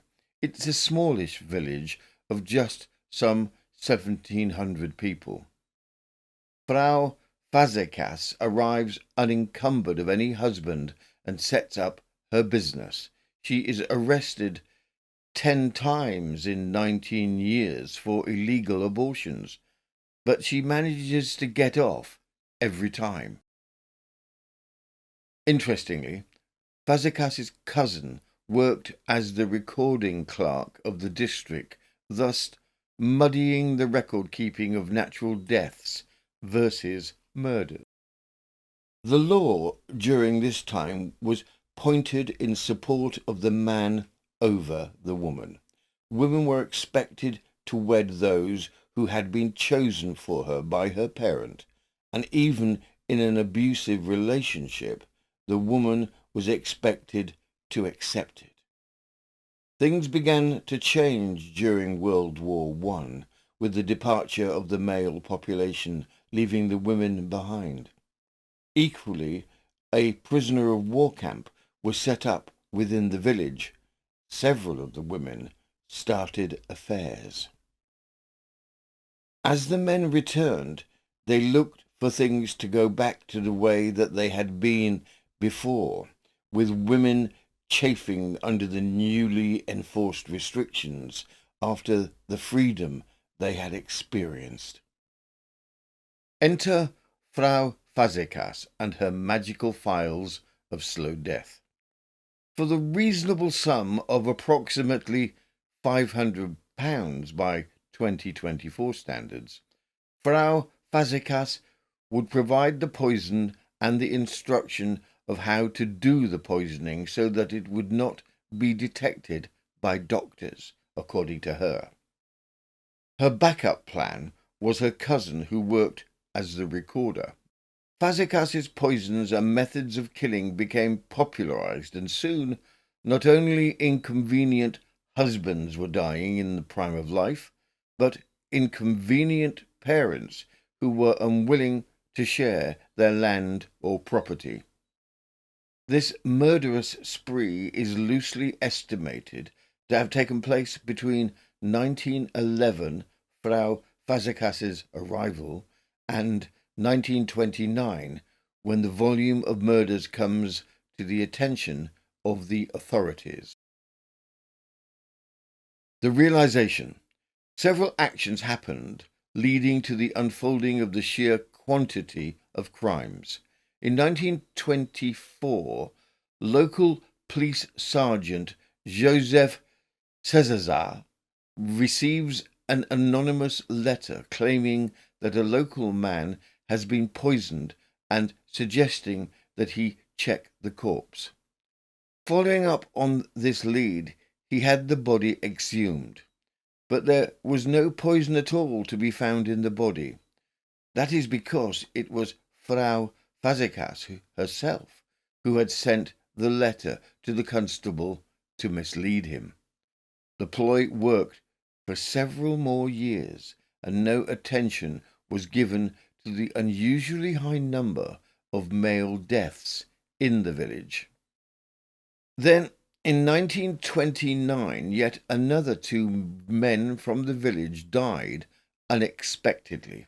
Sergeant Cesar received another anonymous letter, this time from a different source, informing him that the 2 men had been poisoned. The bodies had been hastily buried, with the cause of death attributed to gastric problems. The sergeant took a chance and had the 2 bodies exhumed. The 2 bodies were steeped in arsenic. He brought in the 2 wives questioning. They resolutely stood by their claim of innocence. The sergeant left the room, but secretly had another policeman hidden in the room. The women, thinking they were alone, broke down with each other, upset and angry. They had been told by Frau Fazekas, from whom they had purchased the poison, that it was undetectable. The 2 women are held, and police are sent to Frau Fazekas's house, where she is brought to the police station.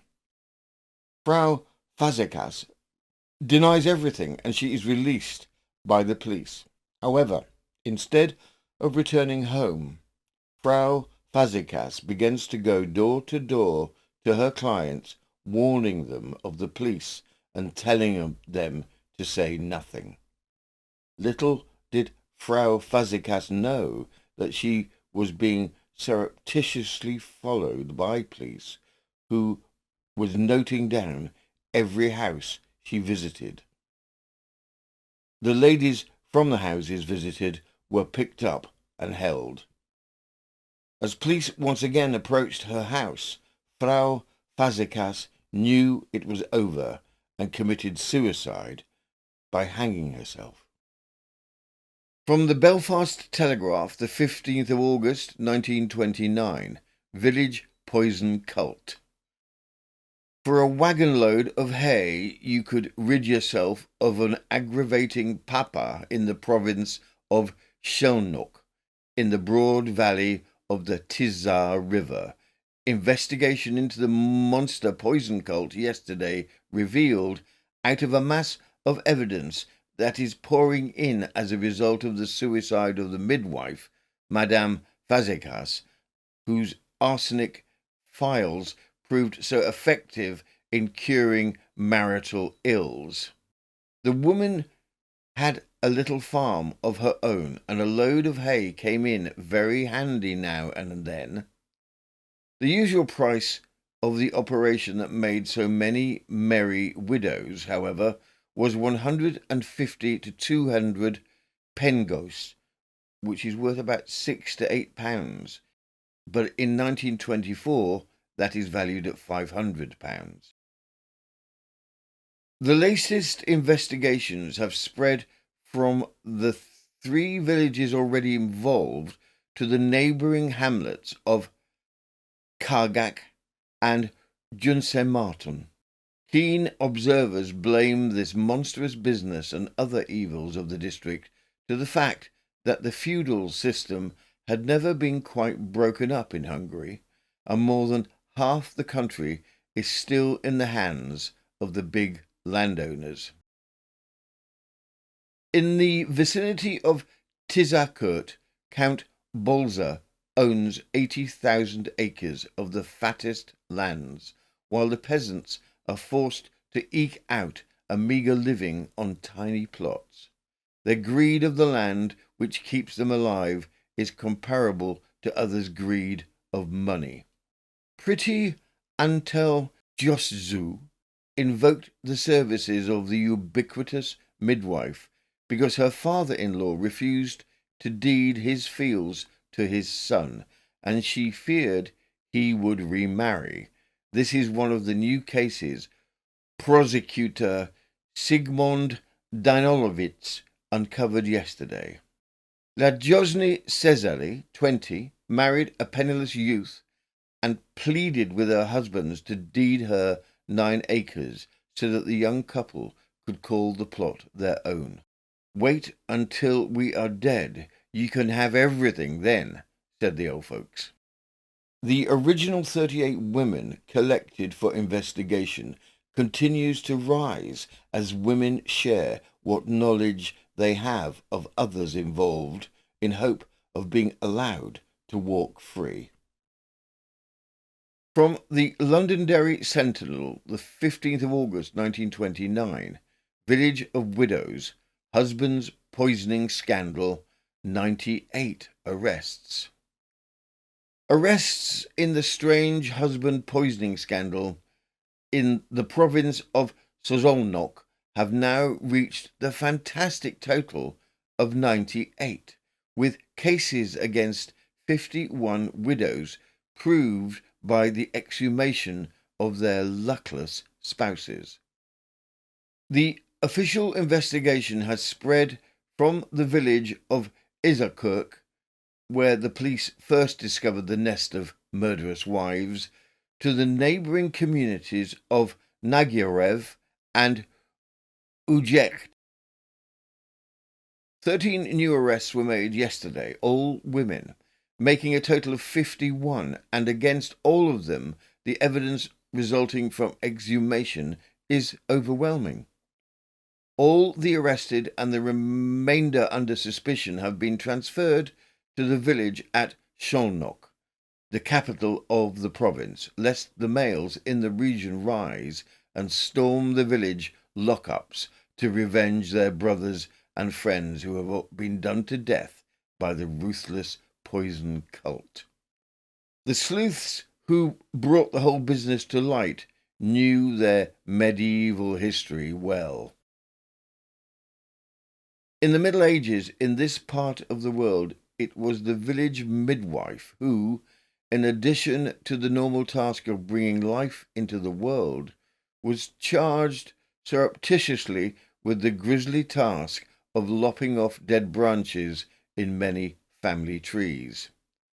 The midwife knew how to cure corns, dandruff, administer love phylacteries, and drive bad spirits away, but she also knew how to cure old age. Arsenic was the favourite remedy.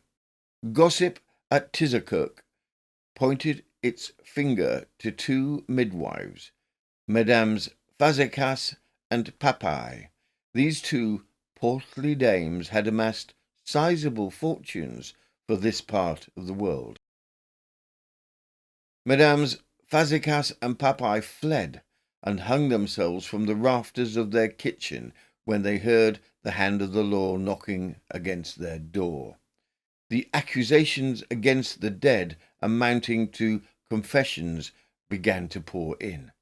It appeared that the 2 women had gone about sedulously since 1911 to various households where the husbands were either blind, doting, or in some way troublesome, and offered their services. One of the accused, who had been more frequently blackmailed by the pair, made use of them on 7 occasions. Although examination of the stomach contents in most cases has revealed the fact that arsenic had been administered, it seemed that a number of enterprising wives had used toadstools on their own initiative. The state of mind of the women who made this Holocaust possible is described by Father Laszlo Toth, pastor of Tizakirk. The whole district is Calvinist. He says, "The peasants hereabouts are mean and grasping and think only of money and comfort. All the women who somehow seem stronger than the men are married 2 or 3 times. Spirituality does not exist. My church is empty, although I must admit that among the accused are several of my very few faithful women who have been active in all kinds of parish work. An examination of the coroner's records reveal that the unlucky husbands died of prolonged stomachache. One of the most curious features of the whole scandal is the sudden run on the coroner's office by scores of widows who came by that distinction honestly, who want their dead helpmates exhumed and examined so that they should be exonerated from the suspicion. The country is in shock.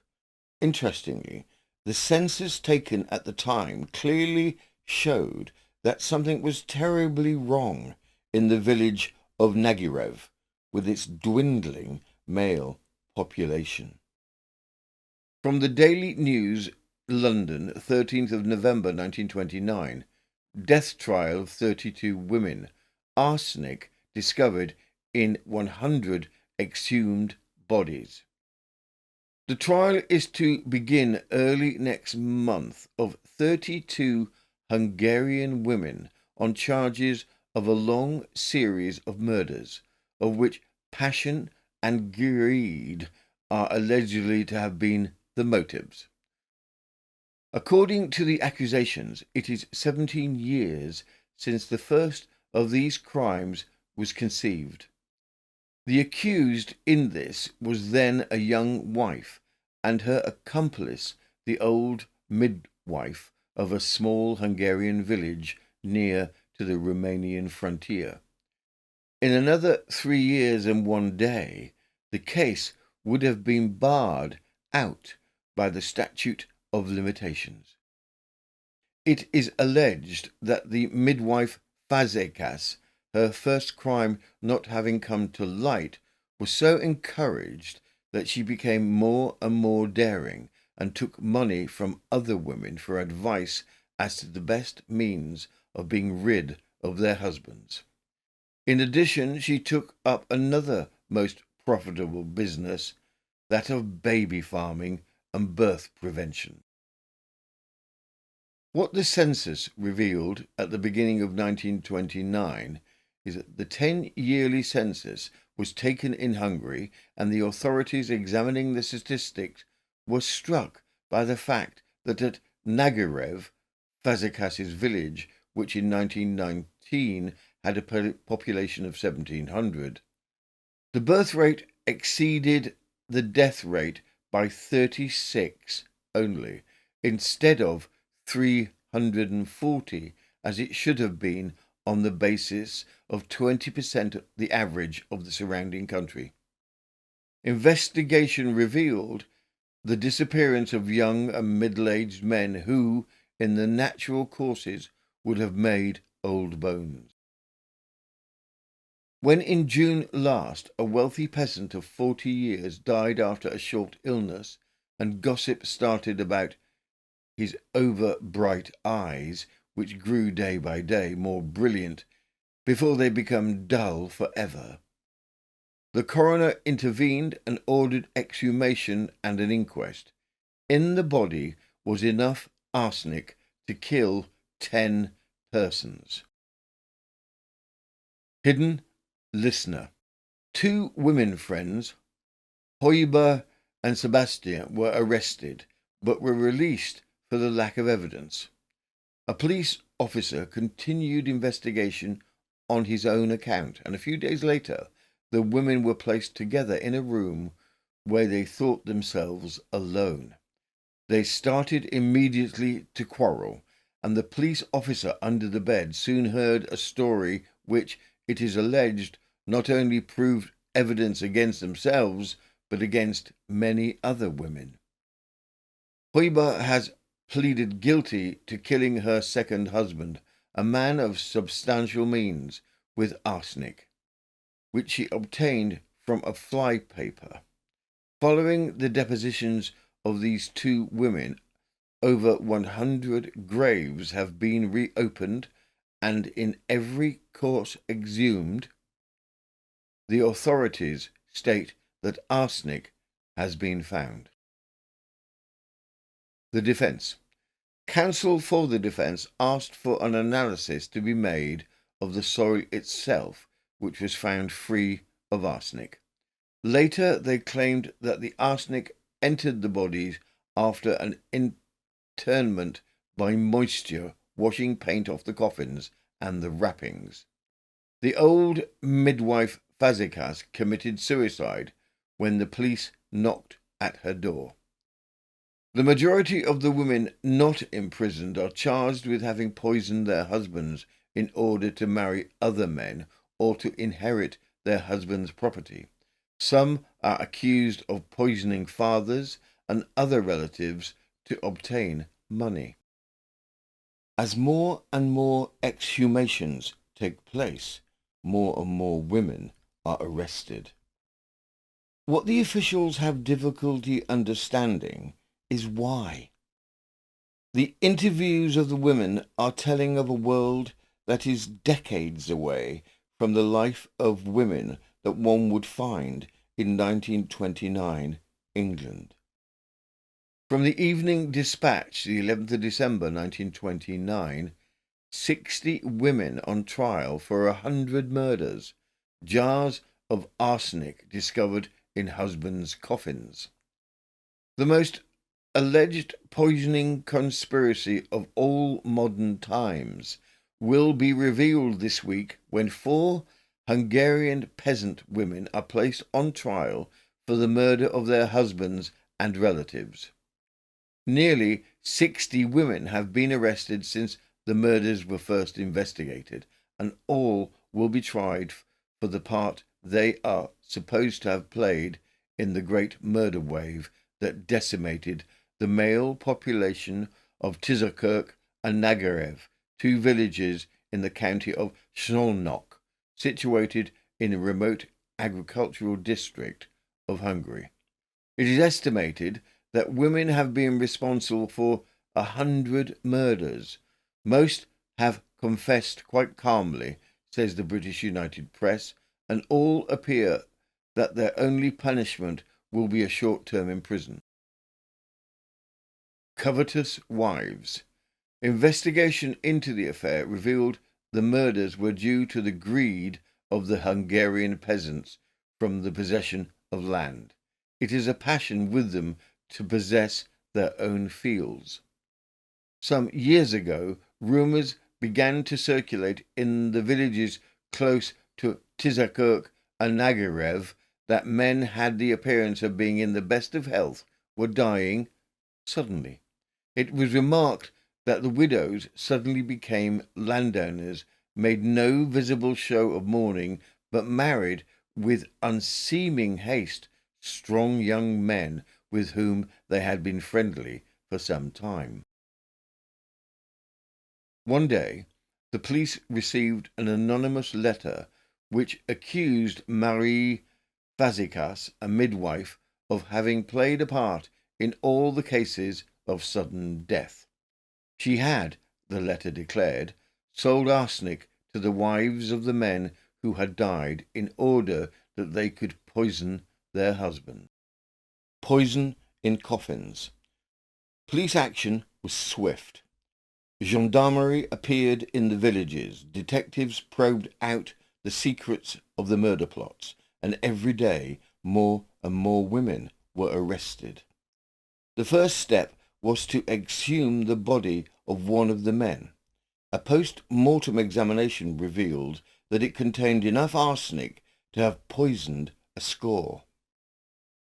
More bodies were exhumed, and in each of 3 coffins, at the foot of the body, was a jar containing what remained of poison that had been used to kill the man. The widows confessed without the slightest concern that they had poisoned their husbands.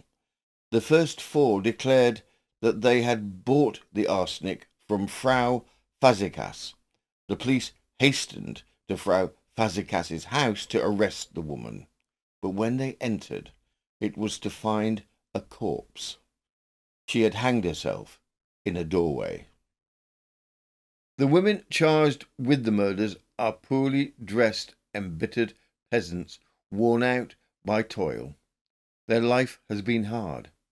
In the summer, they began their day's work at 2 a.m., and in winter they are in the fields at 4 a.m.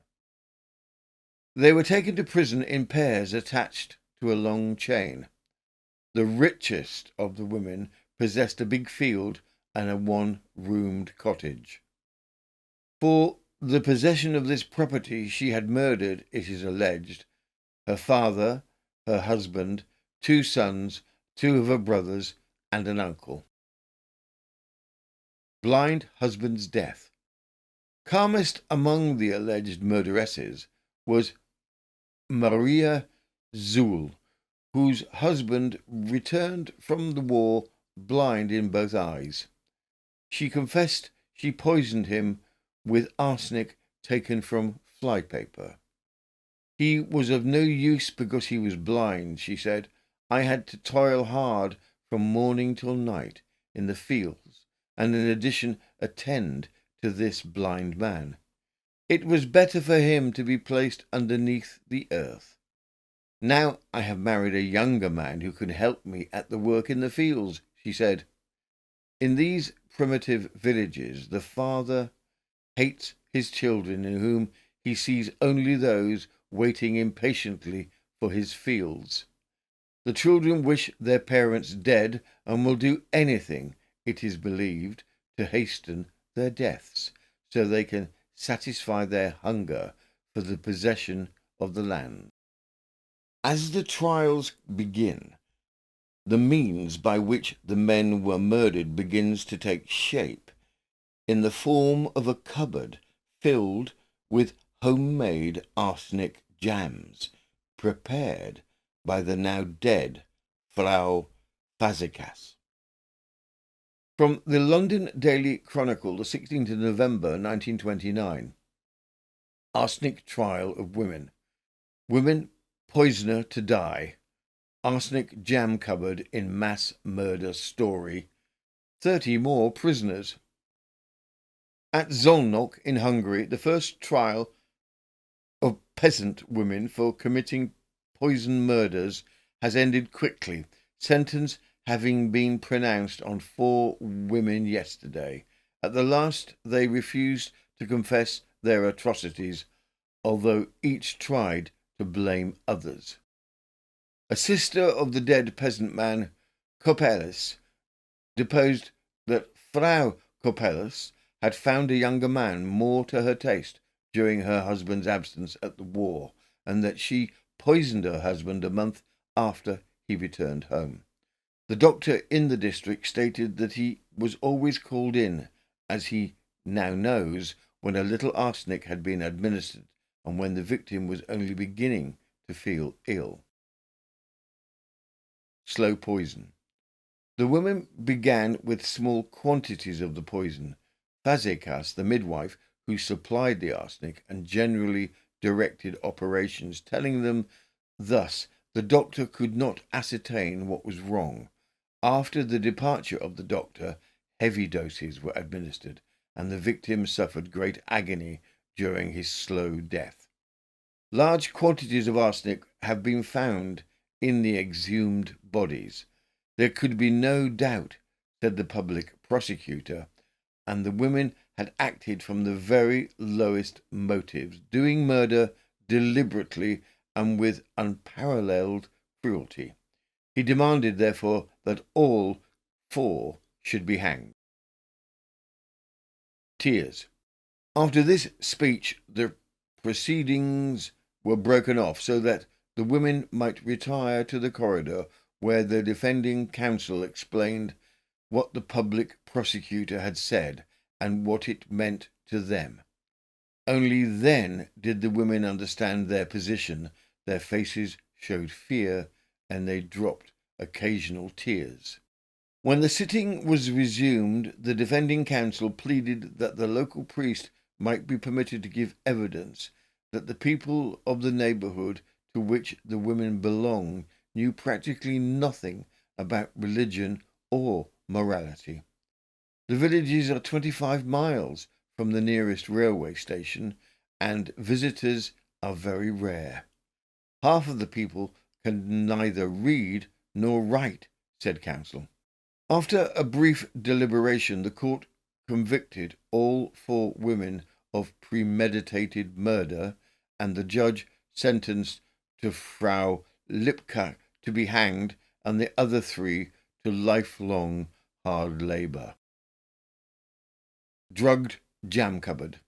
All 4 women appealed against their sentence, and the public prosecutor interjected, ironically, no doubt because only one is to be hanged. About 30 other women waiting to be tried on similar and even more awful charges will be brought before the court gradually in batches of 4 or 6. A picture of a small cupboard in which Frau Fazekas, who assisted so many women to execute their nefarious plans, kept jam and other preserves prepared with arsenic, is published in the newspapers. Due to the vast numbers of women from the village put on trial, the women are grouped into sets. The trial of the second set of women takes place in December 1923. From the Scotsman, the 27th of December 1929, poison murders, 2 more women for trial, prosecution demand. The second phase of the notorious Hungarian poisoning trials will begin at Szolnok tomorrow, when 2 women will be tried for murder by administering poison. The first group of charges were disposed of by the Szolnok Assize Court on December the 14th, when 1 woman was sentenced to death and 3 more to imprisonment for life. Both the accused who appear before the court tomorrow are relatively young women. One is Esther Takats, 37, who is accused of poisoning her father-in-law with arsenic in 1922. It appears that the deceased was a confirmed drunkard who pursued his daughter-in-law with undesirable attention. She was denounced by the time-honoured means of an anonymous letter. The body of Takacs was later exhumed, and a post-mortem examination showed that he had undoubtedly been killed by large doses of arsenic. The case against the daughter-in-law is strengthened by the fact that she was the sole inheritor of the old man's property. Prisoner's admission. The other prisoner is Mario Kazaibai, 41, who admits having murdered her husband by means of poison procured from Mrs. Fazekas, who supplied poison to several of the prisoners in this amazing poisoning epidemic. Her defence is that her husband had returned from the war with a nervous disease and treated her and her 2 children with great cruelty. The prosecutor is demanding the death penalty for Esther Takak and life imprisonment for Mario Kazaibai. Another case takes place in January of 2 women who were considered village beauties in their day. Both ladies had done quite well financially from the death of their victims. Not unsurprisingly, much blame for their choosing to kill a family member is placed on the shoulders of the now deceased Frau Fazekas as a mitigating factor in the murders they allegedly committed. From the Portsmouth Evening News, the 17th of January 1930, village beauties charged, murder accusations, dramatic story in Hungary. The trial of the accused in what is known as the Tass poisoning case was resumed at Szolnok today. 2 prosperous, buxom matrons, once renowned beauties of the village in Tisazurg, dressed smartly in rustling black gowns and patent leather shoes, appeared before the judge. They were Charles Foldavi, 49, proprietress of 8 acres of land, and Madame Michael Cardoz, 53, owner of 10 acres. The gallery was packed to capacity. Conspicuous amongst the crowd was Sigmund Morzitz, the famous Hungarian novelist who has immortalized Hungarian peasant life in many standard works. He watched the proceedings with the closest attention, making notes incessantly. Madame Foldvari, who was accused of having murdered her mother, her husband, and her sweetheart, denied all the charges with vehement indignation, professing nothing but love and devotion for her alleged victims. Her husband, she said, died of a disease contracted at the front. He had evinced symptoms of insanity and was treated in hospital where the professors declared him to be incurable and a victim of alcoholism. A week after having been brought back to his village, he died. Widow's fresh attachment. Here, Madame Foldvari broke down, declaring that she would have gladly laid down her life to save him. 6 months after having become a widow, she said she became attached to a young fellow called Ladislaw Toth. Her reasons for taking him into her house were highly honourable. She wanted to have somebody to look after her aged parents. She strongly denied having poisoned her sweetheart, who, she declared, had died of a gastric complaint on the eve of an operation which the doctor considered unavoidable. She had eaten from the same dish as her fiancé, but he afterwards became ill while she did not experience any trouble. She states that when he became ill, he refused to see the doctor, and when he finally submitted to a medical examination, it was too late. The woman denied also that she had killed her mother by giving her a poisoned pie. She said she was ready to die for her parents at any moment. The president of the court then reminded the accused woman of her previous confession that she had complained to Madame Cardos of brutal treatment by her husband. Madame Foldvari, in reply, mentioned a joint call which she and her husband had made on Madame Cardos, who gave them wine which made her husband ill.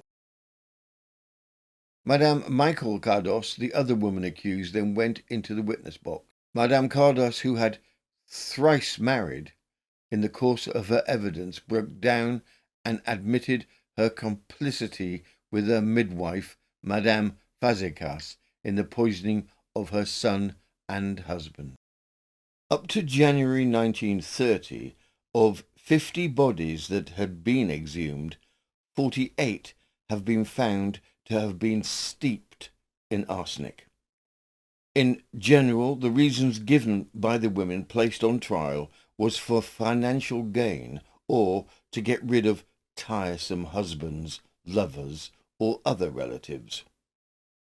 All the women refer to Frau Fazekas as the instigator of the crimes and the supplier of the poisons.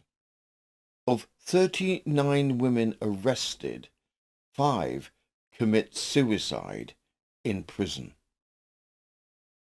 From the London Daily Chronicle, the 18th of January 1930, Poisoned Cup's Confession. Rich widow tells of wise woman. Fatal file. Court denials and then admission. The 2 village women, both very rich and owning each about 10 acres of land, appeared in Szolnok Court in Hungary today, when the third section of what is called the mass poisoning trial opened. Mrs. Julian Dowry is said to have poisoned her mother, her husband, and her lover for the sake of their property, and also so as to be able to rule alone. Mrs. Maria Cardos was, in her youth, the beauty of the neighbourhood. She is accused of having poisoned her own husband and her son to get them out of the way, and to have endeavoured to poison an intimate friend and her husband. Mrs. Cardos is said to have had many love affairs, but she did not murder her last lover. She married him, when she was wearied of him, to a girl in the village, but a few months later developed a fresh passion for him and took him away from his young wife, and he is still looking after her farm. Both women at first denied having done wrong, declaring that if anyone was poisoned, the guilt rested on a notorious midwife or wise woman who committed suicide when the news of the wholesale poisoning was spread about. Mrs. Cardos, one of the defendants, gave evidence denying that she had poisoned either Charles Foldvari or her own child born from her first marriage. Her child was poisoned by the midwife, Mrs. Fazekas, who later committed suicide. Mrs. Fazekas, the notorious midwife, once put something in her son's soup. But I didn't know what it was, said Mrs. Cardos. Immediately after this denial, being reminded of her former confession, Mrs. Cardos broke down and admitted her complicity with the midwife. Mrs. Fazekas, she said, persuaded her to end quickly all her troubles with her son. The next day, the midwife brought something in a phial and asked her to put it in her son's food. She refused, so the midwife herself put it in the young man's soup, which she gave to him in her mother's presence. This was repeated with coffee a week later. Mrs. Cardos next admitted that she poisoned her husband likewise, with the help and instigation of the midwife. As the series of trials continues, more information is given by the prisoners, leading to more potential murders.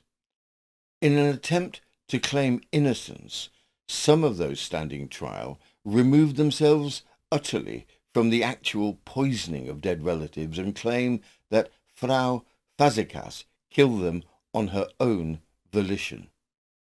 From the Scotsman, the 8th of February 1930, Hungarian poisoners, woman sent to prison for life. The fourth of the series of poisoning trials, which have been focused so much attention on an out-of-the-way Hungarian district on the river Tisza, began at Szolnok today.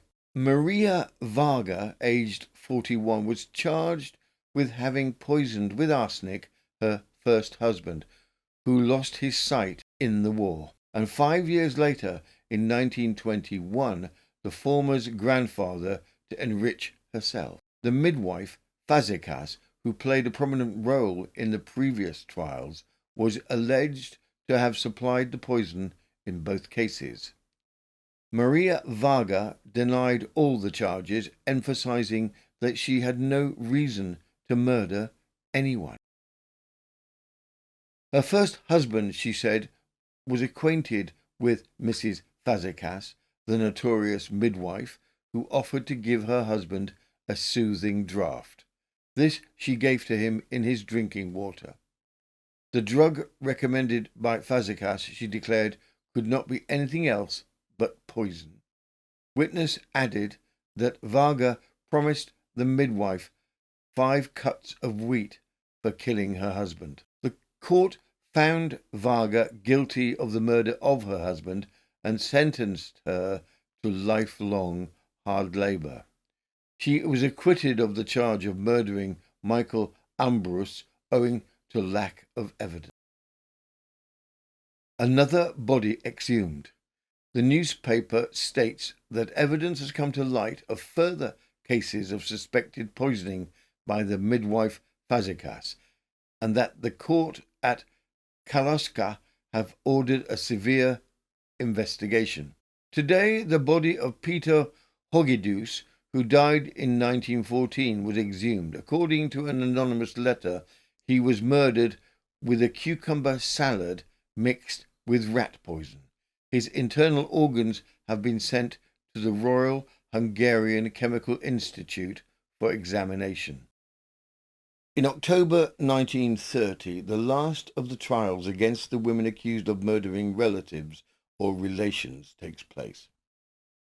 By the trial ending, 53 women were accused. Of these, 36 were sentenced to death. All of the accused were women. The women who were found guilty were all hung on the same morning. It was said all of them faced the gallows quietly and reservedly. The shock of the village of female assassins stayed in Hungary for quite some time. The village was located some 50 miles from Budapest, rocking the country's perception of itself as a land of culture and refinement.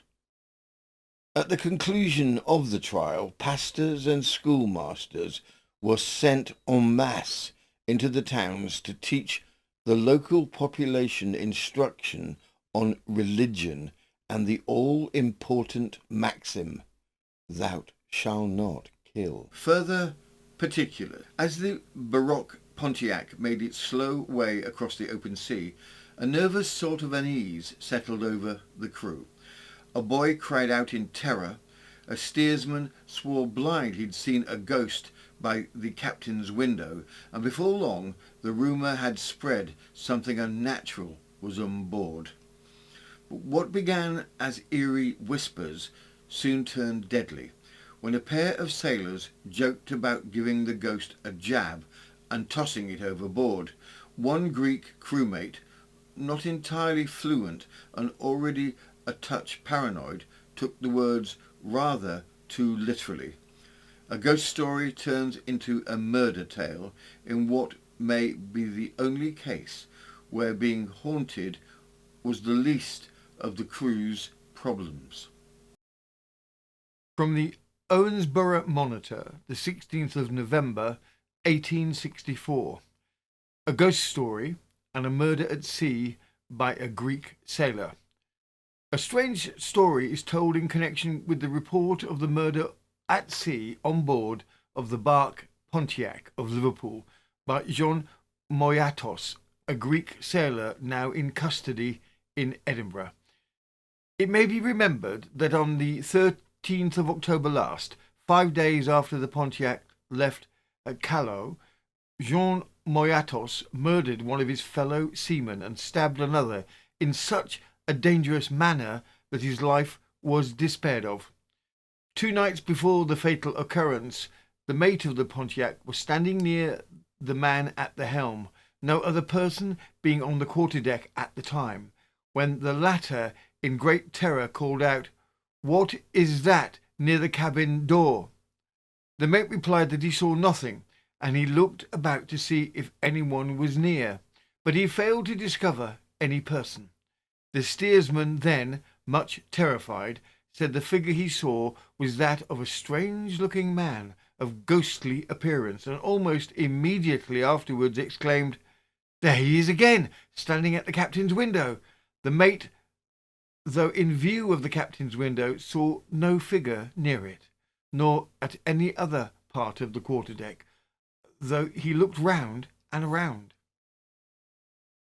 Next day, the report went from one to another that a ghost was on board, which filled some of the sailors with alarm, while others made a jest of it. Next day, night, a boy, a stowaway, was so dreadfully alarmed in his bunk by something he saw or felt, we do not know which, that he cried out so loudly as to waken all the seamen in bed.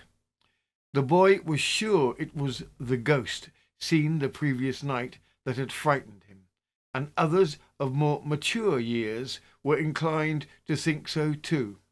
Perhaps more than half of those on board believed that something supernatural was on board and that some calamity was about to happen. But there were two on board who did not believe the ghost stories, and these were the man who was murdered and his companion who was stabbed. The former joked with the boy about the ghost and said he would have his knife well sharpened and ready for the ghost if it appeared the next night. He would give it a stab and chuck it overboard. The latter joined in the joke, saying he also would help to do for the ghost, and others said that they would have letters ready for the ghost to carry to their friends in the other world. J. Moyatos overheard what was said as to the stabbing and throwing overboard, and in consequence of his imperfect knowledge of the English language, and having previously supposed there was a combination against him, thought the threats were made against him, and therefore resolved to protect himself. A few hours after the jesting we have briefly explained took place, he stabbed the two men who principally carried on the jest, with the fatal result known.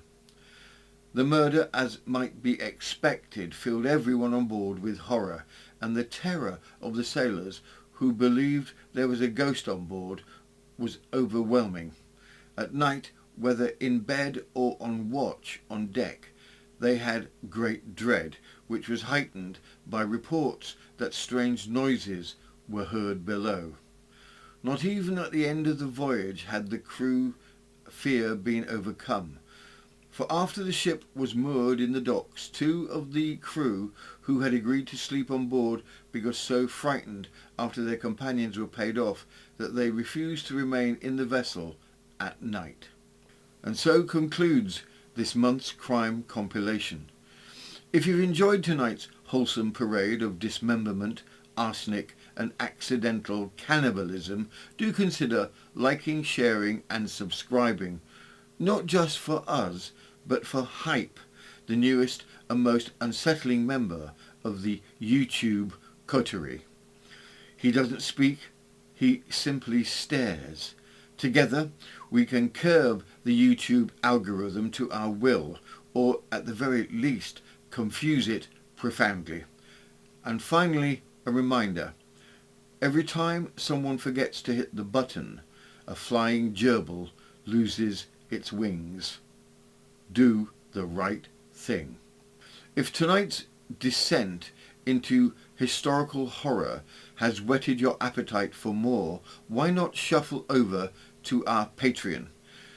For the frankly ludicrous sum of £5 a month, you gain full ad-free access to a vast and slightly worrying archive of over 750 episodes, all meticulously curated to suit every dark mood, Victorian craving or late night insomnia spiral. There's also exclusive content, a disturbing lack of small talk, and the faint but ever-present sound of creaking floorboards. Come for the crimes. Stay because you've forgotten how to log out. See you there. This has been News of the Times, and I am Robin Coles, Chief Lantern Inspector, Interim Crypto Dust Analyst, and Assistant to the Regional Séance. For the last one out, do remember to feed the cat, ignore the rattling coming from the cupboard, and under no circumstances should you accept jam from strangers. Good night.